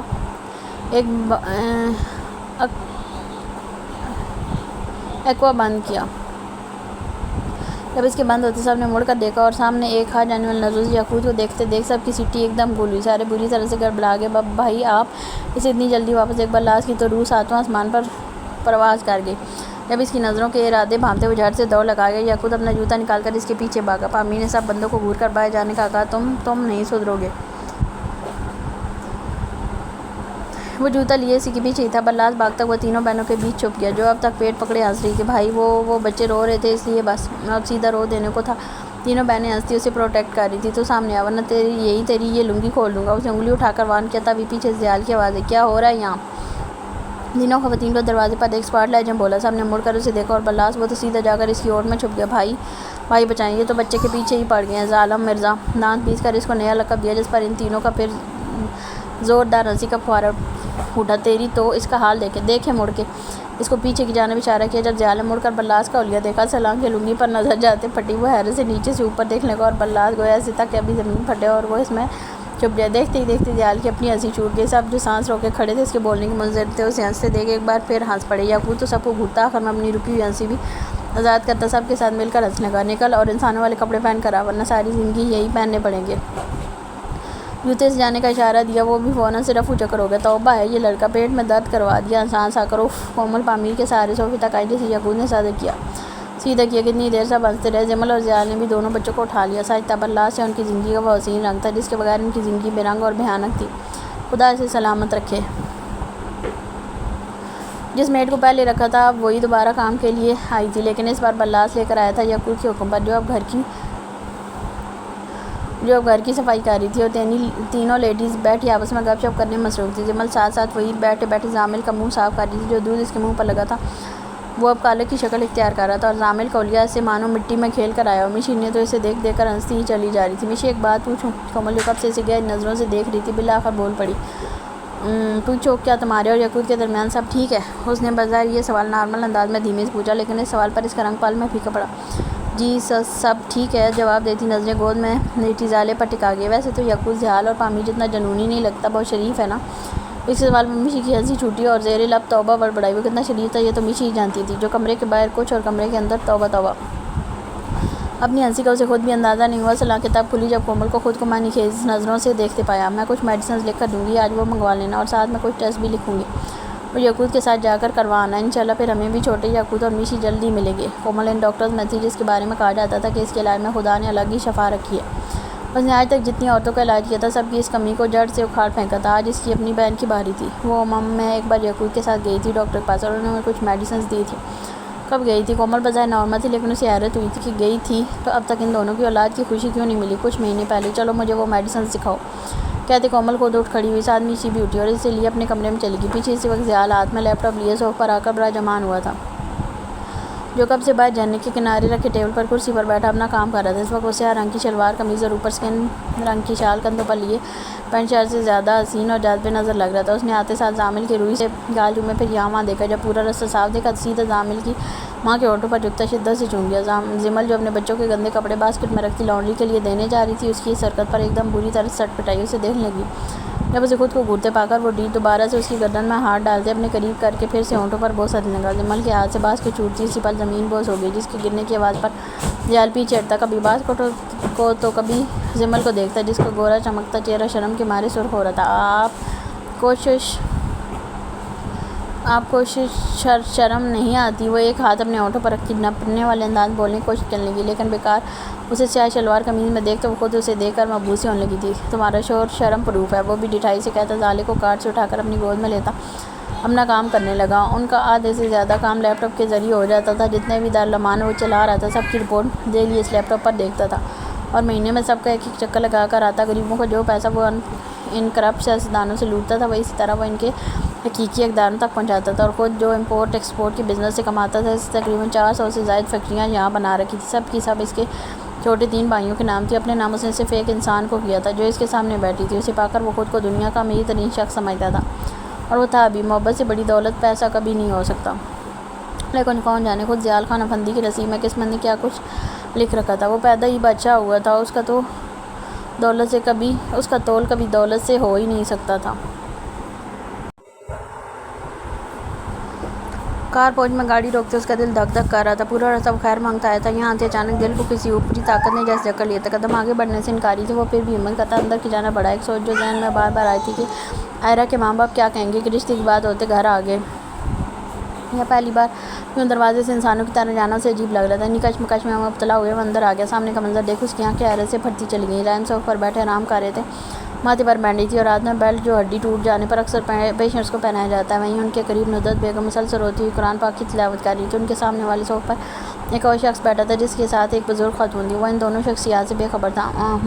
گلا کھنکارتے اس نے سب کو اپنی جانب متوجہ کرتے سلام کیا۔ السلام علیکم انکل۔ سلام کرتے ہوئے کندھے ان کے سامنے جھکا گیا۔ اسے دیکھ ندرت کی آنکھیں بے ساختہ برس پڑی۔ نہ جانے کیوں پہلی ملاقات سے ہی وہ اپنا اپنا سا لگنے لگا تھا۔ کیا ہوا؟ آپ کو یہ چوٹ کیسی لگی ہے؟ وہ وہیں بیٹھتے فکر مند سا بولا۔ جب ابراہیم نے اسے سب بتایا جو سنتے پر لاش کے بیان تلے مانو زمین نکل گئی۔ عائرہ اسی رات سے غائب تھی جس رات جمل کڈنیپ ہوئی اور اسے بڑا جھٹکا جو اسے لگا کہ ان کا بیٹا بھی اسی صبح سے غائب تھا۔ بلاس کو لگا وہ سانس نہیں لے پا رہا نہ اس کا دل کام کر رہا ہے۔ عائرہ کیسے غائب ہوئی؟ وہ مجھ کے لٹک کٹک کر سوالیہ پوچھا۔ کچھ لوگ آئے تھے، بہت مار پیٹ کر کے گئے۔ تمہارے انکل کی یہ حالت بھی انہی نے کی ہے۔ اور بتاتے ہوئے بیچ میں ہی ندرت بیگم شدت سے رو پڑی اور ہماری بیٹی کو اٹھا کر لے گئے۔ انہیں ہزاروں قطار روتے دیکھ بلاس نے اٹھ کر انہیں اپنے کندھے سے لگایا۔ یہ کندھا انہیں اپنے بیٹے کا لگا تھا، یہ شاید اس سے بھی مضبوط۔ ڈونٹ وری، آپ کے بچے مل جائیں گے۔ ان کے رخسار پر ہاتھ دھرتے پیار سے تسلی دی۔ آنکھوں کے ڈورے سوٹتے جن کا غلامی پن اس کے اندر کی اذیت کا ثبوت تھا۔ فہد اور ممتاز بیگم انہیں سوالیہ نظروں سے دیکھ رہے تھے۔ فرح نہیں آئی تھی۔ اس دن کے بعد اس نے گھر سے نکلنا چھوڑ دیا تھا۔ ہم نے پولیس کو انفارم کیا تو کہتے ہیں یہ کسی خطرناک مافیا کا کام ہے۔ وہ اس میں پڑھ کر خود کو مشکل میں نہیں گھسیٹنا چاہتے۔ فہد جو صبح سے ہر تھانے کا چکر لگا چکے تھے بالآخر تھکے ہارے لہجے میں بولے۔ بلاس نے ایک نظر انہیں دیکھا۔ اٹس اوکے، کوئی بھی مافیا اتنا طاقتور نہیں کہ بلاس شاہ کی ہونے والی بیوی کو کڈنیپ کر سکے۔ اس کا لہجہ اتنا برفیلا تھا کہ وہاں موجود نفوس کو اس سے بے اختیار خوف محسوس ہوا۔ وہ کیا جانے جسے وہ شریف لڑکا سمجھ رہے تھے، وہ خود ایشیا کی سب سے خطرناک مافیا کا حصہ تھا۔ اب رونا بند کریں، میں لے آؤں گا آپ کے بچوں کو۔ اوکے، پیار سے کہتے اپنے ہاتھ کی پوچھ سے ندرت کے تر رخسار صاف کیے۔ نہ جانے کیوں وہ اس لڑکے پر آنکھ بند کر کے یقین کرنا چاہتی تھی۔ یہی حال رحیم کا بھی تھا۔ اگر وہ کہہ رہا تھا وہ لے آئے گا تو وہ لے آئے گا۔ اس کے آگے اگر مگر سب بیکار تھا۔ ان کو دلاسا دیتے وہ اللہ حافظ کہتا لمبے ڈینگ بھر کر باہر نکل گیا۔ کون تھا یہ؟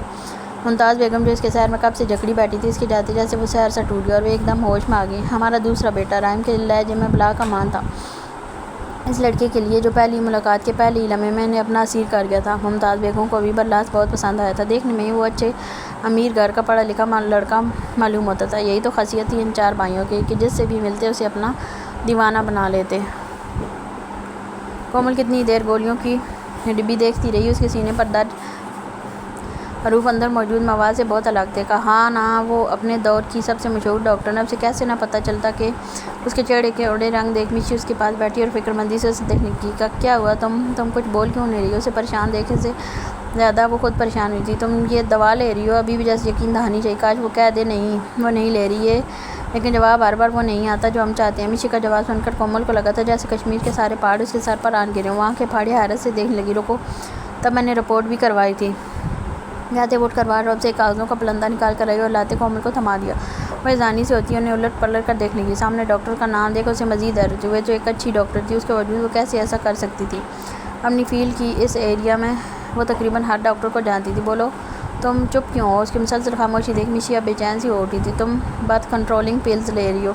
یہ آواز جیسے کسی گہری کھائی سے آئی تھی۔ مشی کو لگا اس نے غلط سنا ہے۔ وہ ساکت سی سانس روک کر اسے دیکھے گی تبھی دروازہ کھولتے یاقوت اندر داخل ہوا۔ جب اس کی سماعتوں میں کومل کے یہ الفاظ گونجتے اس کے قدم وہیں منجمد کر گئے۔ کومل اور مشی کی پیٹھ اس کی جانب تھی، تبھی اس کی آنے خبر دونوں کو ہی نہیں ہوئی۔ یہ جو کومل نے کہا اس کے بعد مشی میں اتنی سکت نہیں تھی کہ وہ یاقوت کے قدموں کی چاپ پہچان کر مڑ کر اسے دیکھ لے۔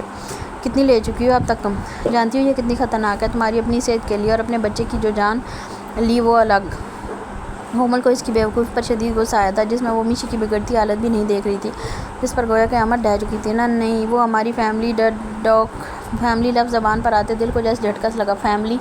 وہ فیملی ڈاکٹر تھی۔ مشی نے بے اختیار دور نکلنا چاہا لیکن ناکام۔ اس کا دل بھاری ہوا رہا تھا۔ جس اولاد کی وہ خواہش مند تھی اسے تو خود اپنے ہاتھوں سے دنیا میں آنے سے روک رہی تھی۔ آنسو ابل کر بے اختیار آنسوؤں کی بات توڑ کر رخسار پر بے جسم بے جان ہو رہا تھا۔ وہ ایک دم کھڑی ہوتی جیسے ہی مڑی سامنے یاقوت کو دیکھ اس کا سانس تک رک گیا۔ اس کے چہرے سے صاف پتہ چل رہا تھا کہ وہ سب سن چکا ہے۔ وہ جبڑے بھینچے سختی سے مٹھی باندھ کے ضبط سے کھڑا تھا۔ مشی اسے دیکھ دھیرے دھیرے سرنفی میں ہلاتی رہی۔ جب اسے یہ کرتے دیکھ کومل نے مڑ کر یاقوت کو دیکھا اور دیکھتی اٹھ کھڑی ہوئی۔ کچھ پل دونوں کو دیکھا اور فائل وہیں رکھتے دھیرے دھیرے قدم اٹھاتی باہر نکل گئی۔ یاقوت دروازہ بند کرتے تھوڑا آگے آیا، بنا پلک جھپکائے۔ وہ اب بھی مشی کو ہی دیکھ رہا تھا۔ تمہارے کہنے پر اس ڈاکٹر کے پاس تمہیں لے کر گیا تھا نا؟ اس کا لہجہ نہ سخت تھا نہ نرم، وہ کسی بھی جذبے سے آ رہی تھا، لیکن آنکھوں گلابی پن گواہ تھا۔ اسے کتنا بڑا جھٹکا لگا تھا۔ مجھے نہیں پتہ تھا۔ مشی اپنے آنسو ضبط کرتی دھیمے لہجے میں بولی۔ کیا نہیں پتہ تھا؟ یاقوت کے ایک دم دھاڑنے پر وہ ڈر کر ایک دم پیچھے ہٹی۔ منہ سے بے ساختہ ہچکی برآمد ہوئی۔ آنکھوں سے گرم سیاہ روانی سے بہنے لگا۔ کیا یہ نہیں پتا تھا تمہارا باپ ہمارا سب سے بڑا دشمن ہے، کہتے اس نے کوچ کے آگے رکھے شیشے کے ٹیبل پر پڑا شیشے کا فلاور واز اٹھا کر زمین پر دے مارا، جس کے گرتے وہ ٹکڑے ٹکڑے ہوتا۔ اس میں موجود سارا پودے والا پانی فرش پر پھیل گیا۔ مشی اس کے گرتے ڈر کر مزید پیچھے ہوئی اور وارڈروب سے جا ٹکرائی۔ اس وقت اس کا پورا وجود کسی زلزلے کی زد میں آیا ہوا تھا۔ وہ بری طرح سے کانپ رہی تھی، ہونٹ خود پر ضبط کرنے کے باعث پڑپڑا رہے تھے۔ اس کے باوجود تم اس فیملی ڈاکٹر کے پاس کیوں گئی؟ ملی ہوئی تھی نا اپنے باپ سے، ایک ہی جس میں اس کے قریب آتے۔ مشی کی نازک بازو میں انگلی کاٹتے اسے ایک جھٹکے میں اپنے قریب کیا۔ وہ اس کی گرفت کا درد محسوس نہیں کر رہی تھی، اس سے زیادہ اس کے الفاظ مشی کے بدن سے جیسے بچی کچی طاقت نچوڑ گئے۔ وہ اس وقت پوری یاقوت کے سہارے کھڑی تھی، وہ چھوڑ دیتا تو نمک کے مجسمے کی طرح ڈھہ جاتی۔ تمہارا باپ اتنے سکون سے ہمیں رہنے دے رہا تھا، کیا اس سے بھی اندازہ نہیں ہوا تھا تمہیں؟ وہ اب بھی دھاڑ رہا تھا۔ مشی نہیں سن رہی تھی، اس میں سننے کی سکت جیسے ختم ہو رہی تھی۔ قاتل ہو میرے بچے کی تم، اور تمہارا باپ، کہتے اسے ایک جھٹکے میں چھوڑتے وہ لمبے ڈینگ بھرتا باہر نکل آیا۔ اس کے چھوڑتے مشی بے جان سی ہوتی زمین پر ڈھہ گئی، آنکھوں سے خاموشی سیال مزید روانی سے بہنے لگا، کانوں میں بس یہ لفظ گونج رہے تھے، قاتل ہو میرے بچے کی۔ وہ قاتل ہو سکتی تھی جو اس کے لیے ہی اتنے جتن کرتی تھی، اسے خوشی دینے کے لیے ماں بننے جیسی اتنی بڑی ذمہ داری لینے کو تیار ہو گئی تھی۔ کیا وہ قاتل ہو سکتی تھی؟ نہیں، وہ قاتل نہیں تھی۔ یاقوت اپنے لفظ واپس لو، میں قاتل نہیں ہوں۔ وہ اذانی سی ہوتی زیر لب بڑبڑانے لگی، وہ اپنی آواز کھو رہی تھی، لبوں پر ایک ہی جملہ تھا، میں قاتل نہیں ہوں میں نے کچھ بھی جان بوجھ کر نہیں کیا۔ وہ بڑبڑاتی گئی، آنکھوں سے آنسو بہتے گئے، دونوں آج اذیت کی انتہا پر تھے۔ زمل لاؤنج میں بیٹھی زیال کو کسی بات پر ڈانٹ رہی تھی اور وہ شریف شوہروں کی طرح سر جھکائے زالے کو دیکھتا اس کی ڈانٹ سن رہا تھا۔ جب اچانک یاقوت کے دھاڑ سے دروازہ بند کر کے باہر نکلتے دونوں نے اسے دیکھا۔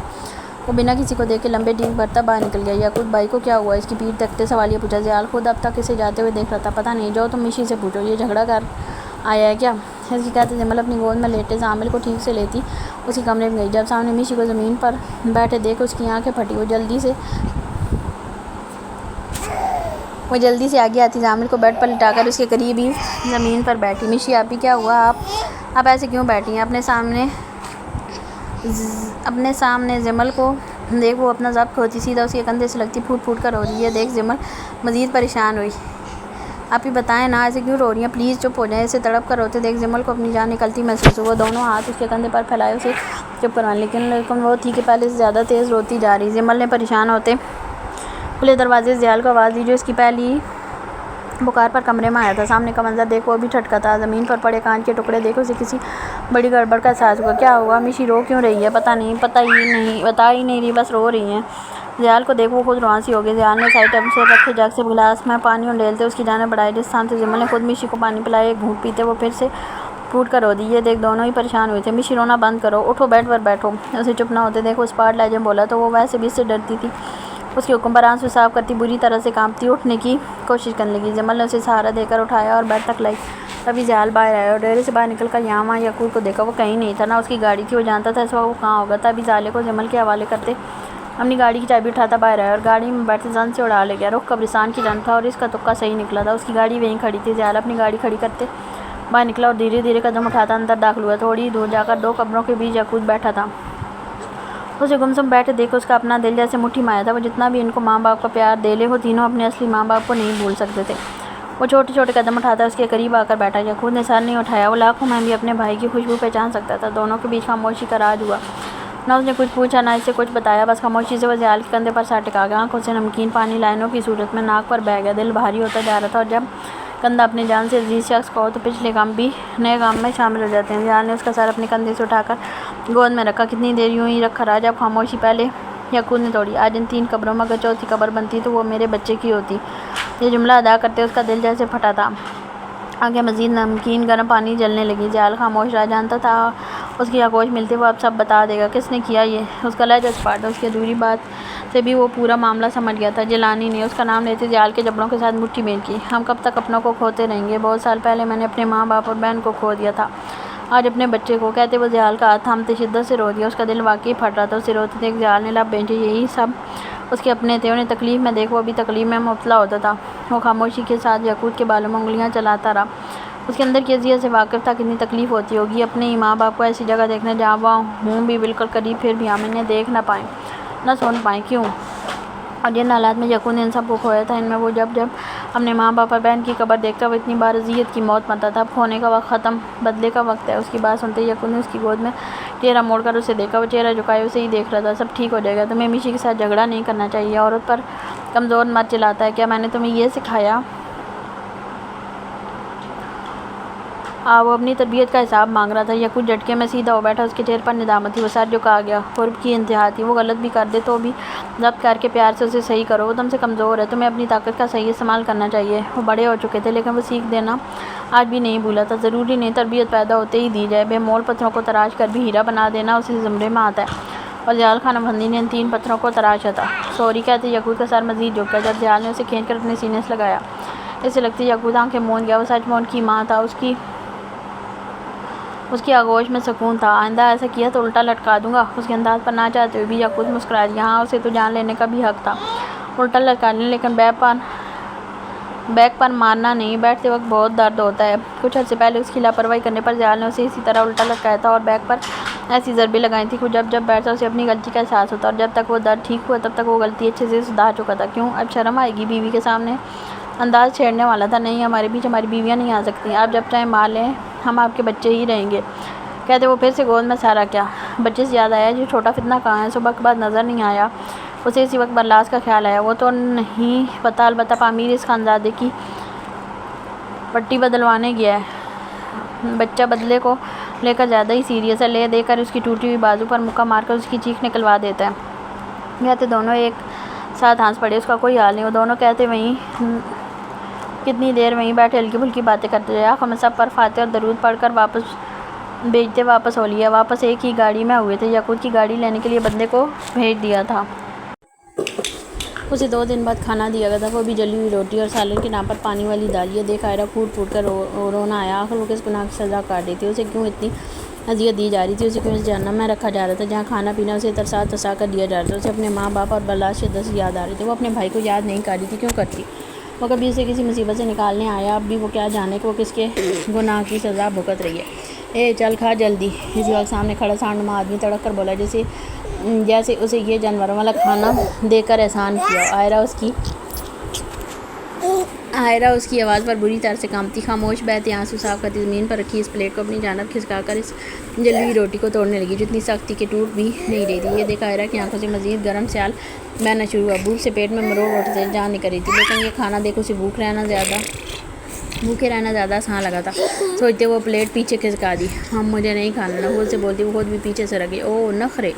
وہ آدمی طنزیہ بولا اور وہیں زمین پر بیٹھتے عائرہ کے بال مٹھی میں جکڑ گیا۔ گرفت اتنی مضبوط تھی کہ وہ درد سے بری طرح بلبلا اٹھی۔ تیرے نخرے دیکھنے کے لیے نہیں ہے میں یہاں۔ تجھے کھانا ہے تو کھا، ورنہ میں یہ بھی نہیں دے گا تیرے کو۔ کہتے وہ بالوں کو مزید بری طرح سے پیچھے کی جانب کھینچ گیا۔ مم، میں نے کہا مم، مجھے نہیں۔ وہ بول رہی تھی جب وہ آدمی بالوں کو گدی سمیت مزید کس گیا۔ درد کی انتہا ہونے لگی تھی۔ عائرہ کو شدت سے چیخ کر رونا آیا۔ آج وہ کیوں سانس نہیں بھول رہی تھی؟ بھول جاتی تو کم از کم اس تکلیف سے آزادی مل جاتی جو صرف اکیلی یہ جی رہی تھی۔ کسی نے اسے تلاش کرنے کی کوشش نہیں کی تھی، کیونکہ اسے برلاس کا انتظار تھا۔ اب وہ بھی نہیں آ رہا تھا۔ یہ آدمی بالوں کو چٹکتے اٹھ کر اس بدتر کھانے کی پلیٹ کو اٹھا کر مارتے، جو 4 غلیظ گالیاں دیتا، وہاں سے نکل گیا۔ عائرہ زمین پر بیٹھی گھٹنوں میں منہ دیے شدت سے تڑپ کر رو دی۔ کہاں ہو تم؟ مجھے تمہاری ضرورت ہے۔ ہچکی لیتے اٹک کر بمشکل دھیمی آواز میں پکارنے لگی۔ زاروں قطار اس کی گیگی سی بن چکی تھی، ہاتھ پر سرخ نشان بن چکے تھے جہاں اس قدر جلن تھی کہ درد کے باعث اس کا چیخنے کا دل چاہ رہا تھا۔ وہ ہاتھ میں گن لیے اور دوسرے میں رپورٹ تھامے پورے روب سے کوریڈور سے گزرتی سیدھا ڈاکٹر فریشے کے روم میں آئی۔ ریسیپشنسٹ اسے پیچھے روکتی ہوئی آ رہی تھی، لیکن اسے روکنے کی ہمت کسی کے باپ میں نہیں تھی۔ دھاڑ سے دروازہ کھولتے اس نے سامنے بیٹھے ڈاکٹر کو دیکھا، جس کے سامنے 2 پیشنٹس بیٹھے تھے اور وہ ان سے کچھ بات کر رہی تھی۔ جب سامنے کھڑی لڑکی کو دیکھ اس کے ہوش اڑے۔ وہ اسے کیسے بھول سکتی تھی؟ اصل جان تب نکلی جب اس کے ہاتھ میں ریوالور دیکھی۔ جلدی فارغ کرو ان کو، اس سے پہلے میں تمہیں فارغ کر دوں۔ وہ گن کی نال ڈاکٹر فریشے کی جانب کرتی برفیلے کردہ لہجے میں بولی، وٹ نان سینس مسز یعقوب، یہ کیا طریقہ ہے؟ وہ بری طرح سے گھبراتی بس اتنا ہی بول سکی، شٹ اپ سینس، آج تمہیں مشام قدیر جلانی سکھا کر جائے گی۔ وہ منہ سے آگ نکال رہی تھی، اس کی آنکھوں سے لگتے قہر کو دیکھ ڈاکٹر بھی ساختہ تھوک نکلا۔ دونوں بچے رونے لگے تھے۔ جمل کافی دیر میشی کے پاس بیٹھ کر بچوں کو لیے باہر چلی گئی تھی۔ دونوں نے رو کر اپنے چہرے سرخ کر لیے تھے۔ زیال بھی اب تک یعقوب کو نہیں لایا تھا، جس کی وجہ سے جمل کو پریشانی سے ہونے لگی تھی۔ جمل کے جانے کے بعد وہ کتنی دیر بیٹھی رہی، خاموش، آنسو بہتے رہے۔ اتنے رونے کے باعث وقت سے منہ سے ہچکی برآمد ہو رہی تھی۔ کتنی دیر وہ بیڈ شیٹ پر بنے پھولوں پر انگلیاں پھیرتی گہری سوج میں ڈوبی رہی، جب اچانک کانوں میں اپنے یہ الفاظوں کی بارگشت سنائی گئی تھی، نہیں، وہ ہماری فیملی ڈاکٹر تھی، فیملی ڈاکٹر۔ میشی کا سر اٹھا، آنسو آنکھوں سے نکلے ایک دم بند ہوئے۔ اپنے بچے کی جو جان لی وہ الگ۔ کومل کے الفاظ یاد آئے، اس کے بچے کو قتل کیا گیا تھا۔ جس کے لیے وہ اتنی دعائیں کرتی تھی، اسے قتل کیا گیا تھا۔ وہ بیڈ سے اٹھ چکی تھی، بے دردی سے آنسو رگڑتی سائڈ ٹیبل کے دراز میں رکھی یاقوت کی گن نکالی اور میگزین چیک کی جو کہ فول تھی۔ مشائم کی آنکھیں اس وقت آگ برسا رہی تھی، سرخ انگارہ جبڑے بھینچے ہوئے تھے۔ اس وقت وہ مشائم یاقوت مرزا نہیں، وہ بگڑی ہوئی امیرزادی مشائم قدیر جیلانی تھی جس کے اندر رحم نامی چیز نہیں تھی۔ وہ شفاق نظریں ریوالور پر ڈالتے باہر نکل گئی۔ سامنے زمل زالے کو یہاں وہاں چکر کاٹتی چپ کروا دی۔ زامل خود سے کھیل رہا تھا، میشی آپی اس کے ہاتھ میں بندوق دیکھ زمل کی آنکھیں پھٹی، لیکن وہ کسی کو بھی دیکھ کے بغیر باہر نکل گئی۔ جاتے ایک بندے سے گاڑی کی چابی جھپٹ کر چھینی۔ کسی میں اتنی ہمت نہیں تھی کہ اس گاڑی کے مالکوں سے سوال کر سکے۔ اس نے جیسی گاڑی سٹارٹ کر کے موڑی تبھی پیچھے 2 گاڑیاں گاڑ سے بھری ساتھ نکل گئی۔ میشی نے پیچھے مڑ کر نہیں دیکھا، وہ اسٹیئرنگ پر گرفت مضبوط کیے نظریں سامنے مرکوز کی ہوئی تھی۔ چہرہ سپاٹ تھا، سپیڈ اوور تھی۔ کتنی ہی گاڑیوں کو اس نے ٹیک اوور کیا تھا جب اس کی گاڑی دوسری گاڑیوں میں ٹکرانے سے بار بار بچی تھی۔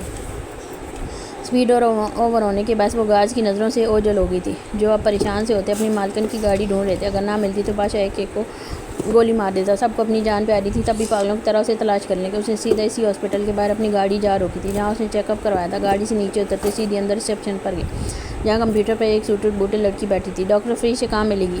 ہاتھ اسپاٹ لائٹ نے پوچھا۔ وہ اپنے کیبن میں۔ کیا آپ نے اپائنٹمنٹ لی ہے؟ وہ لڑکی خاصے پروفیشنل انداز میں بولی تھی، لیکن یہاں مقابل اپنے آوازوں میں نہیں تھی۔ تبھی سیدھا اس کی کیبن کی جانب چل دی۔ وہ ہاتھ میں گن لی اور دوسرے میں رپورٹس تھامے پورے روم سے کوریڈور سے گزرتی سیدھا ڈاکٹر فریج کے روم میں آئی۔ ریسیپشنسٹ اسے کے پیچھے پیچھے روکتی ہوئی آ رہی تھی، لیکن اسے روکنے کی ہمت کسی کے باپ میں بھی نہیں تھی۔ دھاڑ سے دروازہ کھولتے اس نے سامنے بیٹھی ڈاکٹر کو دیکھا جس کے سامنے 2 پیشنٹ بیٹھے تھے۔ وہ ان سے بات کر ہی رہی تھی جب سامنے کھڑی لڑکیوں کو دیکھ سے ہوش کر گئی۔ اسے وہ کیسے بھول سکتی تھی؟ اصل جان تب نکلی جب اس کے ہاتھ میں ریوالور دیکھی۔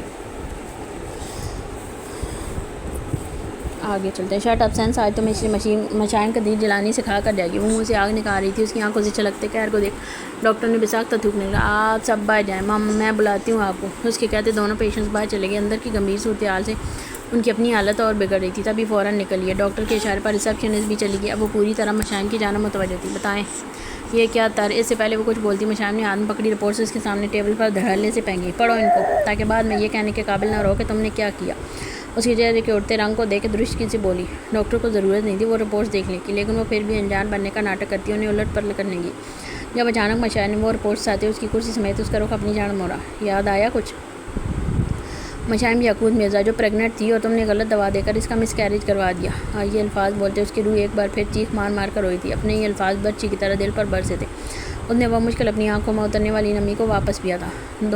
دیکھیں میں نے آپ کو کوئی غلط دوا نہیں دی، آپ پریگننٹ نہیں۔ جملہ پورا ہونے سے پہلے بندوق کی نال اس کی عین ٹھوڑی کے اوپر رکھی تھی۔ یہ دیکھ فریج کا اوپر کا سانس اوپر اور نیچے کا نیچے تھا۔ جھوٹ نہیں، ورنہ یہی ساری گولیاں تیرے دھڑ میں اتار دوں گی۔ سمجھی سچ بولا، ہم کسی زخمی شیرنی کی طرح داڑھی۔ ہاں آپ غلط کر رہی ہیں، پولیس آپ کو چھوڑے گی نہیں۔ اس کی سانسیں کھلنے لگی، جسم پوری طرح سے کام لگا۔ کون سی پولیس جو میرے باپ کے آگے پیچھے گھومتی ہے، یا وہ پولیس جسے میرے شوہر آئے دن بھگا بھگا کر مارتا ہے؟ مت بھول میں موجودہ پریزیڈنٹ کی بیٹی اور ایشیا کے سب سے خطرناک گینگسٹر کی بیوی ہوں۔ تو کیا تیرے جیسے 100 اور لوگ بھی قتل کر دوں تب بھی کسی کا باپ میرے سائے کو نہیں چھو سکے گا؟ اس کا انداز اور الفاظ اتنے خطرناک تھے کہ فریشے کو اپنی روح تک قبض ہوتی محسوس ہوئی۔ اس کے ماتھے پر ٹھنڈے پسینے کے قطرے چمکنے لگے تھے۔ اب بتا کس کے کہنے پر کیا؟ بول۔ پوچھتے ہوئے کتنی بار اس نے دل ہی دل میں دعا کی کہ اس کے باپ کا نام نہ آئے، وہ نہ قاتل ہو۔ اس کے بچے کے لے کر نام سنتے دل کچی کچی ہو گیا تھا۔ جج جیلانی صاحب کے میشی کی گرفت ایک دم ڈھیلی پڑی، وہ بے جان سی پیچھے قدم اٹھا گئی، سانس جیسے اٹک اٹک کر آ رہی تھی۔ 2 موتی آنکھوں کی باڑ توڑتے اس کے دودھ یا عارض پر بہہ گئے تھے۔ اس کے پیچھے ہٹتے فریشے نے لمبے لمبے سانس لیے۔ وہ خوفزدہ سی مشائم کو دیکھ رہی تھی جبکہ وہ ساکت سی بے یقین نظروں سے دیکھ رہی تھی۔ دل میں جو تھوڑی بہت محبت باپ کے لیے بچی تھی آج وہ بھی ختم ہو رہی تھی۔ اس نے وہاں یہاں دیکھا جیسے کمرے میں آکسیجن ختم ہو گئی ہو، گھٹن کا جہاں لیوا احساس تھا۔ اس نے جلدی سے کھڑکی کے پردے کھولے، باہر سے ہوا کا جھونکا اس کے وجود سے ٹکرایا جسے محسوس کرتے اس نے دھیرے سے آنکھیں موند کر گہرے سانس لیے۔ دل کی دھڑکن واپس سے نارمل رفتار میں آ رہی تھی، سانس پھول کر آ رہی تھی۔ کتنی دیر وہ کھڑی خود کو نارمل کرتی رہی، جب ایک دم آنکھ کھلی اور وہ مڑی۔ اسے مڑتے دیکھ فریش اپنی کرسی پر اچھل پڑی۔ اگر جھوٹ نکلا تو یاد رکھنا تیرے ساتھ تیرے خاندان کے ایک ایک فرد کو سینے پر گولی ماروں گی۔ اسے خطرناک دھمکی دیتے وہ لمبے لمبے ڈیگ مرتی وہاں سے نکل گئی۔ رخ کسی اور جانب تھا، شاید وہ آج آخری بار جا رہی تھی۔ جب تک وہاں نہیں پہنچ گئی کتنی بار اپنے آنسو اس نے بے دردی سے صاف کیے تھے۔ اس دوران ہر وہ زندگی کا پل یاد آیا جو اس نے اپنے باپ کے ساتھ جیا تھا۔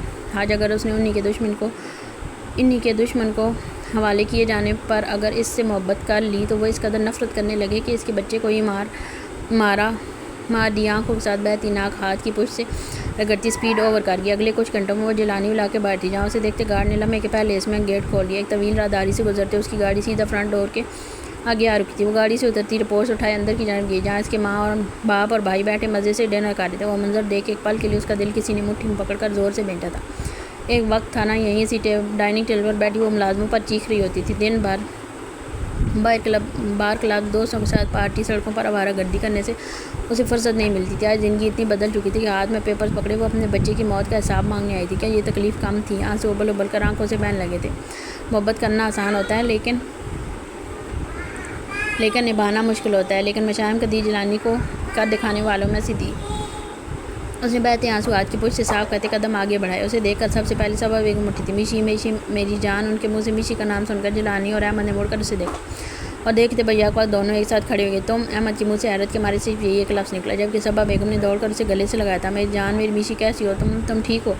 پیچھے ہوتے اس کے ہاتھ اور چہرہ ٹٹولا، اس کے بکھرے بال اور اجڑا حال دیکھ انہوں نے پھر سے تڑپ کر اسے اپنے گلے لگا لیا تھا۔ بولو نا کچھ میری جان، تم اس حال میں؟ اس کے دونوں ہاتھ پہلو میں بے جان سے پڑے رہے، خالی نظریں اپنے باپ پر گڑی رہیں۔ جب اسے ساکت محسوس کرتے صبا بیگم پیچھے ہوئیں۔ ممی جی کا کچھ بولو، اسے خاموش دیکھ انہیں مزید فکر ہوئی۔ تبھی اس کی نظروں کے تعاقب میں انہوں نے اپنے نامدار شوہر کو دیکھا، جنہوں نے آگے بڑھ کر اسے گلے تک نہیں لگایا۔ نکال دیا ان کمینوں نے، کہا تھا نا وہ لوگ تمہارا حشر کر دیں گے، دیکھ لیا آج؟ ان کے منہ سے گویا آگ نکل رہی تھی۔ آپ کو شرم آتی ہے؟ وہ اتنی دیر میں بولی بھی تو یہ جملہ جس سنتے احمد کے تن بدن میں آگ بھڑکی تھی۔ یہ کیا طریقہ ہے ڈیڈ سے بات کرنے کا؟ وہ وسیلے لہجے میں دھاڑتا آگے آیا ہی تھا کہ ایک زناٹی دار تھپڑ اس کے رخسار پر اپنی انگلیوں کے نشان چھوڑ گیا تھا۔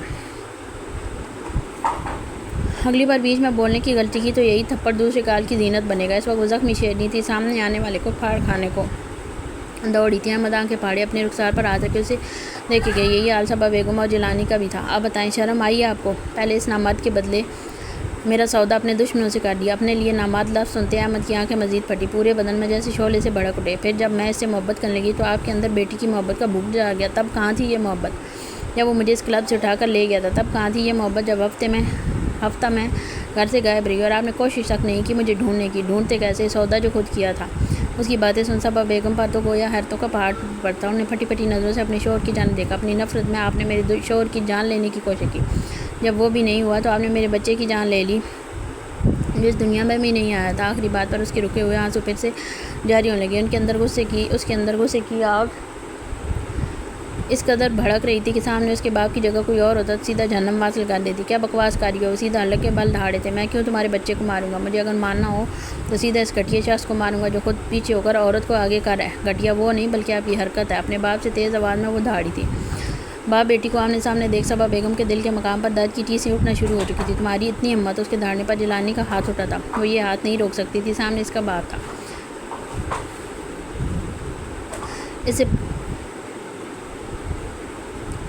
اس سے پہلے وہ ہاتھ مشائم کے خوبصورت گال کی زینت بنتا، وہ ہاتھ ہوا میں معلق رہ گیا۔ میشی آنکھیں بند کیے کھڑی تھی۔ جب کتنی دیر گزری لیکن کچھ نہ محسوس کرتے دھیرے سے آنکھ کھولی۔ سامنے کھڑے شخص کو دیکھ اس کی آنکھیں پھٹی۔ یہی حال جیلانی کا بتا۔ وہ تو ایسے تھے مانو سامنے کھڑے شخص کو دیکھ ان کی روح فنا ہو گئی اور رنگ ایک دم سفید پڑ گیا۔ سامنے وہی تھا جو ان کے خواب میں بھی آ جائے تو اگلے 10 دن کی نیند ان پر حرام ہو جائے۔ اور اسے دیکھ احمد جو وہیں کھڑا کھڑا بری طرح سے کانپ گیا تھا، مانو ملک اور موت دیکھ لیا ہو۔ یہ ہاتھ دوبارہ میری بہن پر اٹھا تو جڑ سے کاٹ کر پھینک دوں گا۔ وہ پاشا بے تھا، اپنی شعلہ بانی نگاہیں جیلانی پر گاڑے کھڑا اسے دیکھ تو جیلانی کی روح ویسے ہی پرواز کر چکی تھی۔ بے جان سے ہوتے جھٹکے سے پیچھے ہٹے۔ پاشا کے ہوتے وہ ہر معاملہ صرف اسے ہی بتاتے تھے۔ اب بھی سیدھا اسے ہی فون کیا تھا جو اسی وقت گھر سے نکل گیا تھا۔ جمل نے بھی اس کے ہاتھ میں دیکھی بندوق اور رپورٹس کا ذیال کو بتا دیا تھا، جن کا اس کا دماغ تیز تھا۔ وہ سمجھ گیا تھا کہ وہ کہاں گئی ہوگی۔ تمہیں کہا تھا نا عزت سے بیٹی کو لے کر جا رہا ہوں، دشمنی کرنے کی غلطی نہ کرنا، کہا تھا نا۔ ایک قدم جیلانی کی جانب بڑھاتے برفیلے کردہ لہجے میں بولا۔ اس کا بڑھتا قدم دیکھ جیلانی بکھلائے سے پیچھے کی جانب قدم بڑھانے لگے۔ وہ اس طرح گھما کے گاڑی ان کی جانب بڑھتا گیا، یہاں تک کہ جیلانی پیچھے صوفے سے ٹکراتے سیدھا اس پر ڈہ گئے۔ ان کے گرتے پاشا نے ایک ہاتھ سے ان کے وزن سمیت صوفہ اپنی جانب موڑ لیا تھا۔ سمجھ نہیں آئی تھی اس کا برفیلا انداز جیلانی کی روح کے پر کھچے اڑا رہا تھا۔ احمد موقع دیکھتے وہاں سے گم ہو گیا تھا۔ میں نے کچھ نہیں کیا، وہ بکھلائے سے اٹک اٹک کر بمشکل بولی، چہرے پر خوف کے مارے پسینے کے قطرے چمکنے لگے تھے۔ اس ڈاکٹر کو تیرے باپ نے کہا تھا وہ سب کرنے کو۔ اب کی بار وہ شیر داڑا تھا سیدھا جیلانی پر۔ نہ نوفل نے کیا سب۔ نوفل کا نام سنتے پاشا کے ماتھے پر چڑھی تیوریوں میں مزید شکنوں کا اضافہ ہوا۔ اس نے اسی وقت گہرے سانس لیے۔ وہ کمینہ ان کی زندگی میں کہاں دخل اندازی دے چکا تھا اور پاشا اس سے بے خبر آئی ہے سوچ کر مزید اس کی رگیں پھڑپھڑائیں۔ وہ ایک جھٹکے میں اٹھا۔ تو اپنے وقت کا انتظار کر، آئی ول بی بیک۔ اس کی آنکھوں میں آنکھیں گاڑتے وسیلے لہجے میں گراتا باہر کی جانب بڑھ گیا۔ جب اپنے باپ کا ڈرا سہما سا روپ دیکھ میشی بھی پاشا کے پیچھے نکلی۔ باہر آتے وہ کاچ پوڑ میں کھڑی ہو گئی جہاں وہ اپنی گاڑی پر ہاتھ ٹکائے کھڑا نہ جانے کیا سوچ رہا تھا۔ میشی نے نوٹ کیا تھا کہ اس کے آتے اس کے باپ کے بندے یہاں سے غائب ہو چکے تھے۔ اتنی دہشت اسے کہ شخص کی کہ ان سب میں پھیلی ہوئی تھی۔ مشی کو اپنے پیچھے محسوس کرتے اس نے گاڑی کا دروازہ کھولا۔ مشی آ کر فرنٹ سیٹ پر بیٹھ گئی، خود وہ گھوم کر ڈرائیونگ سیٹ پر آ گیا۔ بی بی سائیں کی گاڑی لے آؤ، اپنے ایک بندے کو حکم دیتے اس نے گاڑی سٹارٹ کی۔ مشی اس کی خاموشی سے خوف کھاتی سمٹ کر بیٹھ گیا۔ آدھا راستہ گزر چکا تھا، گاڑی میں خاموشی یوں ہی برقرار رہی۔ تم تو گینگسٹر لیڈی نکلی، ان کا انداز سراہنے والا تھا۔ جب مشی اس کی بات پر شرط سے پانی پانی ہوتی مزید سر جھکا گئی۔ سوری، وہ نادم سی ہوتی بس یہی بول پائی۔ سوری کیوں؟ مجھے اچھا لگا تمہارا یہ خطرناک روپ، تمہیں تو ہمارا گینگ جوائن کرنا چاہیے۔ اس کی بات پر مشی نے حیرت سے گردن موڑ کر اسے دیکھا۔ وہ مذاق کے موڈ میں کہیں سے بھی نہیں تھا۔ وہ ڈرائیونگ کرتے نظریں سامنے سڑک پر جمائے، چہرے پر مسکراہٹ لیے سے مخاطب۔ مشی کا ڈر پہلے سے زائل ہونے لگا۔ وہ کیسا شخص تھا؟ ایک پال میں اس کا روپ کس شفاق درندے جیسا دیکھ کر روح تک کانپ جائے، اور ایک روپ اتنا دوستانہ کہ سارا خوف پال میں زائل۔ مشی واقعی خوش نصیب تھی کہ اسے یہ بھائی ملا تھا۔ اس نے اسے بھائی بولا تھا اور آج وہ بھائی کا فرض بھی نبھانے آ چکا تھا۔ جب بھائی ان کے جیسے ہوں تو بہن کی طرف آنکھ اٹھانے تک کی کسی کی ہمت نہیں ہوتی۔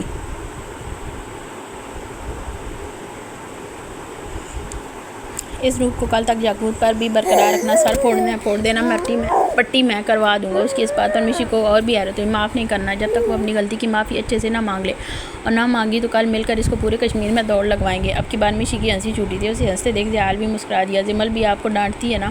اس کے سوال پر زیال نے مڑ کر اسے دیکھا۔ وہ تو سرکار ہیں، ان کا ڈانٹنا بھی ہمارے لیے پیار ہی ہے۔ صبح ہی ڈوز ملا تھا، اف وہ پہلی بار اتنا بے تکلف ہو رہا تھا۔ یہ دیکھ مشی اندر ہی اندر خوشی سے پاگل ہو رہی تھی۔ جمل بہت لکی ہے کہ اس کو آپ ملے ہیں، وہ ٹرانس کی سی کیفیت میں بول گیا تھا۔ ابھی زیال نے ٹرن لیا۔ تم بھی لکی ہو، میرا معصوم بھائی تمہیں ملا، جس کی ہر روز تم دھلائی کرتی ہو۔ اب کی بات دونوں کی ہنسی چھوٹی۔ کتنی دیر گاڑی میں ان کے کہہ کے گونجے اس سفر میں بہن بھائی کے رشتے کی جڑ مضبوط ہوئی تھی۔ زیال کی باتوں نے کچھ حد تک مشی کا موڈ ڈائیورٹ کر دیا تھا، جو اب کھڑکی سے باہر بڑے بڑے درختوں کو دیکھ رہی تھی۔ وہ لوگ اپنے ایریا کے بہت قریب تھے۔ اس دوران یاقوت کی کتنی کال زیال کے فون پر آ چکی تھی۔ وہ وہاں سے جمل بار بار میسج کرتی مشی کا پوچھ رہی تھی، جسے زیال نے ایک کس والی ایموجی بھیج کر ریلیکس کر دیا تھا۔ آتے ہوئے تمہارے لیے کچھ لاؤں؟ ان کے نمبر پر میسج بھیجا جو اسی وقت سین ہوا تھا۔ ایک عدد زیال خان افندی، ساتھ ان کی خوبصورت سمائل۔ آگے سے ملنے والا جواب پڑھ کر زیال کے لبوں پر بے اختیار ایک دلکش مسکراہٹ نکل گئی۔ پلس رومانٹک موڈ آن، ساتھ دل والا ایموجی بھیجتے اپنے امٹ کرانے والی ہنسی دبائی۔ جانتا تھا آگے کیا جواب ملے گا۔ وہ ایک نظر اسکرین پر اور دوسری نظر راستے پر ڈالتا۔ اس وقت پوری سڑک سنسان تھی۔ آگے پیچھے اس کے بندوں کی گاڑیاں تھیں، وہی گارڈز جو مشی کے پیچھے نکلے تھے، پلس تھوڑی شرم کے ساتھ۔ اس کے جواب برعکس تھا، جسے پڑھ کر زیال کا گاڑی میں زندگی سے بھرپور کہہ کر گونجا۔ مشی نے گردن موڑ کر اسے دیکھا۔ وہ پھر بھی ہنستا رہا۔ میرے آنے سے پہلے بچے سو جانے چاہیے، آخری میسج بھیجتے اس نے موبائل میں اپنی گود میں گرا لیا اور ساری توجہ راستے کی جانب مبذول کر لی۔ جانتا تھا وہ اس کے میسج کو سمجھ کر بلش کر رہی ہوگی۔ ویسے بھی اس کا رومانٹک موڈ آن ہو جائے تو کوئی مائی کا لال بند نہیں کر سکتا۔ گاڑیاں اپنے علاقے میں داخل ہوئیں، باقی گارڈز پیچھے ہی رک گئے۔ آگے طویل راستے کے بعد زیال کی گاڑی ڈیرے کے آگے آ رکی۔ سامنے یاقوت ہاتھ میں موبائل لیے بے چینی سے یہاں وہاں چکر کاٹ رہا تھا۔ مشی گاڑی میں بیٹھی اسے دیکھ گئی۔ سماعتوں میں لفظوں کی بازگشت ایک بار پھر ہوئی۔ ملی ہوئی تھی نا اپنے باپ سے، قاتل ہو تم میرے بچے کی، اور تمہارا باپ۔ الفاظ چابک کی طرح لگے تھے، سیدھا دل پر۔ آنکھیں پال میں سرخ ہوئی، نمکین پانی جمع ہونے لگا۔ زیال اتر کر خود اندر چلا گیا۔ جاتے جاتے یاقوت کی آنکھوں سے سخت تنبیہ کر کیا تھا۔ اس کی آج والی باتوں پر یاقوت کو اپنے لفظوں پر آزاد ندامت تھی۔ اوپر سے مشی کا اسے اچانک کہیں چلے جانا اسے مزید پریشان کر گیا تھا۔ اس نے آگے آتے مشی کی سائڈ کا دروازہ کھولا۔ وہ اب بھی اسے ہی دیکھ رہی تھی۔ جب یاقوت نے باہر آنے کے لیے اپنا ہاتھ بڑھایا، اس کے چہرے پر پڑتی روشنی جو پیچھے کھڑی گاڑی کی تھی وہ اب تک سٹارٹ تھی۔ وہ مشی کی گاڑی تھی جسے گارڈ لایا تھا۔ مشی اس کے چہرے کو دیکھے گی۔ قاتل ہو تم میرے بچے کی، ملی ہوئی ہو اپنے باپ سے۔ الفاظ ایک بار پھر گونجے، آنکھوں میں ٹھہرے آنسو لائنوں کی صورت میں بہہ گئے، جنہیں وہ صاف کرتی ایک اور بری نظر اس کے بڑے ہوئے ہاتھ پر ڈالتی باہر نکلتی، سیدھا اندر چلی گئی۔ پیچھے یاقوت کا ہاتھ اسی طرح رہا۔ یہ ہاتھ کبھی خالی نہیں ہوا تھا، آج خالی تھا۔ مطلب وہ غلطی نہیں، بہت بڑی غلطی کر چکا۔ اس نے اپنے نچلے ہونٹوں کو دانتوں میں دباتے ہاتھ پیچھے کیا۔ اذیت اس کے چہرے پر بھی رقم تھی، کوئی دیکھ رہا تھا۔ اس نے آسمان کی جانب نظر اٹھائی اور خاموشی سے نظریں واپس زمین پر لاتے خود بھی دروازہ بند کرتے اندر کی جانب آتا اپنے کمرے میں آ گیا۔ سامنے مشی کہیں نہیں تھی۔ تبھی باتھ روم سے پانی گرنے کی آواز آئی، لیکن نہ وہ شاور لینے گئی تھی۔ یاقوت اپنے کف لنکس نکال کر ڈریسنگ ٹیبل پر رکھتا وہیں کوچ پر بیٹھ کر سر جھکائے اس کا انتظار کرنے لگا۔ تھوڑی دیر میں وہ باہر نکلی۔ کپڑے بھیگے ہوئے تھے، بال موٹی موٹی لٹوں کی صورت میں اس کی گردن پر چپکے ہوئے تھے، آنکھیں سرخ تھیں مانو وہ بہت روئی ہو۔ یہ دیکھ یاقوت ایک جھٹکے میں کھڑا ہوا۔ مشی، یہ اس کے چہرے کے ساتھ نگاہیں دیکھ وہ وہیں چپ ہو گیا۔ کتنی دیر وہ کھڑی رہی، پھر آگے بڑھ کر وارڈروب سے کپڑے نکالتی واپس جانے لگی۔ جب یاقوت نے اس کی گلائی تھامتے اپنے جانب کھینچا، وہ قریب تھی، بے حد قریب۔ اس کی آنکھوں میں آنکھیں گاڑے بھیگنے کی وجہ سے جسم بری طرح سے لرز رہا تھا۔ اوپر سے اپنے چہرے پر پڑتی یاقوت کی گرم سانسیں کہاں گئی تھی، اس کا لہجہ ٹوٹا ہوا تھا جسے محسوس کرتے میشی کا دل جیسے مٹھی میں آیا تھا۔ وہ کیا جانے اس کے جانے کے بعد وہ کتنا پاگل سا ہو گیا تھا۔ جہال نے بھی اسے نہیں بتایا تھا۔ ایک گرم آنسو کا قطرہ آنکھوں سے نکل کر چہرے پر موجود شفاف پانی قطروں میں ملتا نیچے گر گیا۔ میشی ایک زخمی مسکراہٹ اس کی جانب اچھالتی اپنی کلائی چھڑواتے واپس سے باتھ روم میں بند ہو گئی۔ دروازہ بند کرتے وہ وہیں ٹیک لگا کر کھڑی ہو گئی۔ وہ کر رہی تھی کیا؟ اسے اپنے الفاظوں کا احساس نہیں، کیا اسے نہیں پتا وہ کیا بول رہا تھا؟ کیا اس کی روح تک کو زخمی کر رہا تھا؟ کیا وہ ہو سکتی تھی اپنے بچے کی قاتل؟ کیا تھی وہ؟ الفاظ یاد آتے گرم آنسو کا سیلاب آنکھوں کے باڑ توڑتے اس کے عارض پر بہنے لگا۔ وہ بے آواز رونے لگی۔ آہستہ آہستہ اس کے رونے میں روانی آتی منہ سے بے ساختہ چیخ ابھری جسے وہ منہ پر ہاتھ رکھے وہیں گھونٹ گئی۔ میشی میری بات سن لو، اسے کتنی دیر اندر بند دیکھ۔ وہ دھیمے مگر منت کرتے لہجے میں بولا۔ میشی نہیں سن رہی تھی۔ وہ اسی طرح اپنی چیخوں گلا گھونٹتی دروازے پر سے ٹیک لگائے زمین پر بیٹھتی چلی گئی۔ الفاظ بار بار یاد آتے اس کی روح کو بری طرح سے زخمی کر رہے تھے۔ اس کا دل بری طرح سے لرز رہا تھا۔ میشی پلیز مجھے سن لو، اس کا روندا ہوا لہجہ محسوس کرتے جیسے مزید اندر زمین پر بیٹھی میشی کی تکلیف میں شدت آئی تھی۔ آئی ایم سوری مم، مجھے نہیں کہنا چاہیے تھا، میں غصے میں تھا۔ میشی وہ ٹوٹے لہجے میں بولتا دھیرے دھیرے دروازہ نوک کرنے لگا۔ میشی باہر آ جاؤ، دیکھو میں معافی مانگ رہا ہوں نا۔ میشی اب وہ نہیں سن رہی تھی۔ اس کی معافی اس کی تڑپ میں مزید اضافہ کر رہی تھی۔ کیا اتنا آسان ہوتا ہے اتنے بڑے بول کر آخر میں ایک چھوٹا سا سوری بول دینا؟ بس یہ غلطی کرنے والے کو کیوں لگتا ہے کہ ان کے چابک جیسے الفاظ جو مقابل کی روح تک لہولہان کر دیں، ان کا رد و بدل یہ ایک چھوٹا سا سوری لفظ ہو سکتا ہے؟ کیوں لگتا ہے؟ نہیں لگنا چاہیے نا۔ وہ چیخنے لگی تھی اندر ہی اندر، وہ اپنے اندر باہر وہ اپنی ہر چیخ کا گلا گھونٹ رہی تھی، لیکن اندر اس کی روح چیخ رہی تھی۔ اس کا دل رو رہا تھا۔ وہ قرب اور عزیزیت کی انتہا پر تھی۔ کتنی دیر وہ بیٹھی روتی رہی، آخر میں جیسے تھک چکی تھی اپنے گال بے دردی سے رگڑتی اٹھ کر اپنے گیلے کپڑے بدلتی، نائٹ سوٹ پہن کر دھیرے سے دروازہ کھولتی باہر آنے ہی لگی تھی جب نظر نیچے زمین پر اسی دروازے ٹیک لگائے بیٹھے یاقوت پر پڑی۔ میشی کو دیکھ وہ دھیرے سے خود بھی کھڑا ہوا۔ اس کی آنکھوں کی ویرانی دیکھ میشی کا دل کٹ کر رہ گیا۔ کیا وہ اس شخص سے ناراض ہو سکتی تھی جس کا چہرہ ضبط کے مارے سرخ ہو رہا تھا؟ یاقوت نے مسکرانا چاہا لیکن ناکام۔ وہ نہیں مسکرا پایا۔ مجھے سن لو، وہ جیسے بھیک مانگ رہا تھا، لہجہ بھیگا ہوا تھا۔ وہ کیا جانے آج وہ کیا سنانا چاہتا تھا اتنے عرصے سے جو راز اس کے سینے میں دفن تھا، جو اس کے آج کے رویے کی وجہ تھا، لیکن نہیں سنا گیا۔ میشی ایک ساتھ نگاہ پر ڈالتے آگے بڑھ گئی۔ یاقوت وہیں کھڑا رہ گیا۔ راز پھر سے سینے میں دفن ہو گیا۔ اس کا دل ایک دم بھاری ہوا تھا۔ وہ گہرا سانس خارج کرتے خود کو نارمل کرنے لگا۔ وہ مرد تھا، رو نہیں سکتا تھا، اسے اپنے آنسو پینے تھے اور وہ پی گیا تھا۔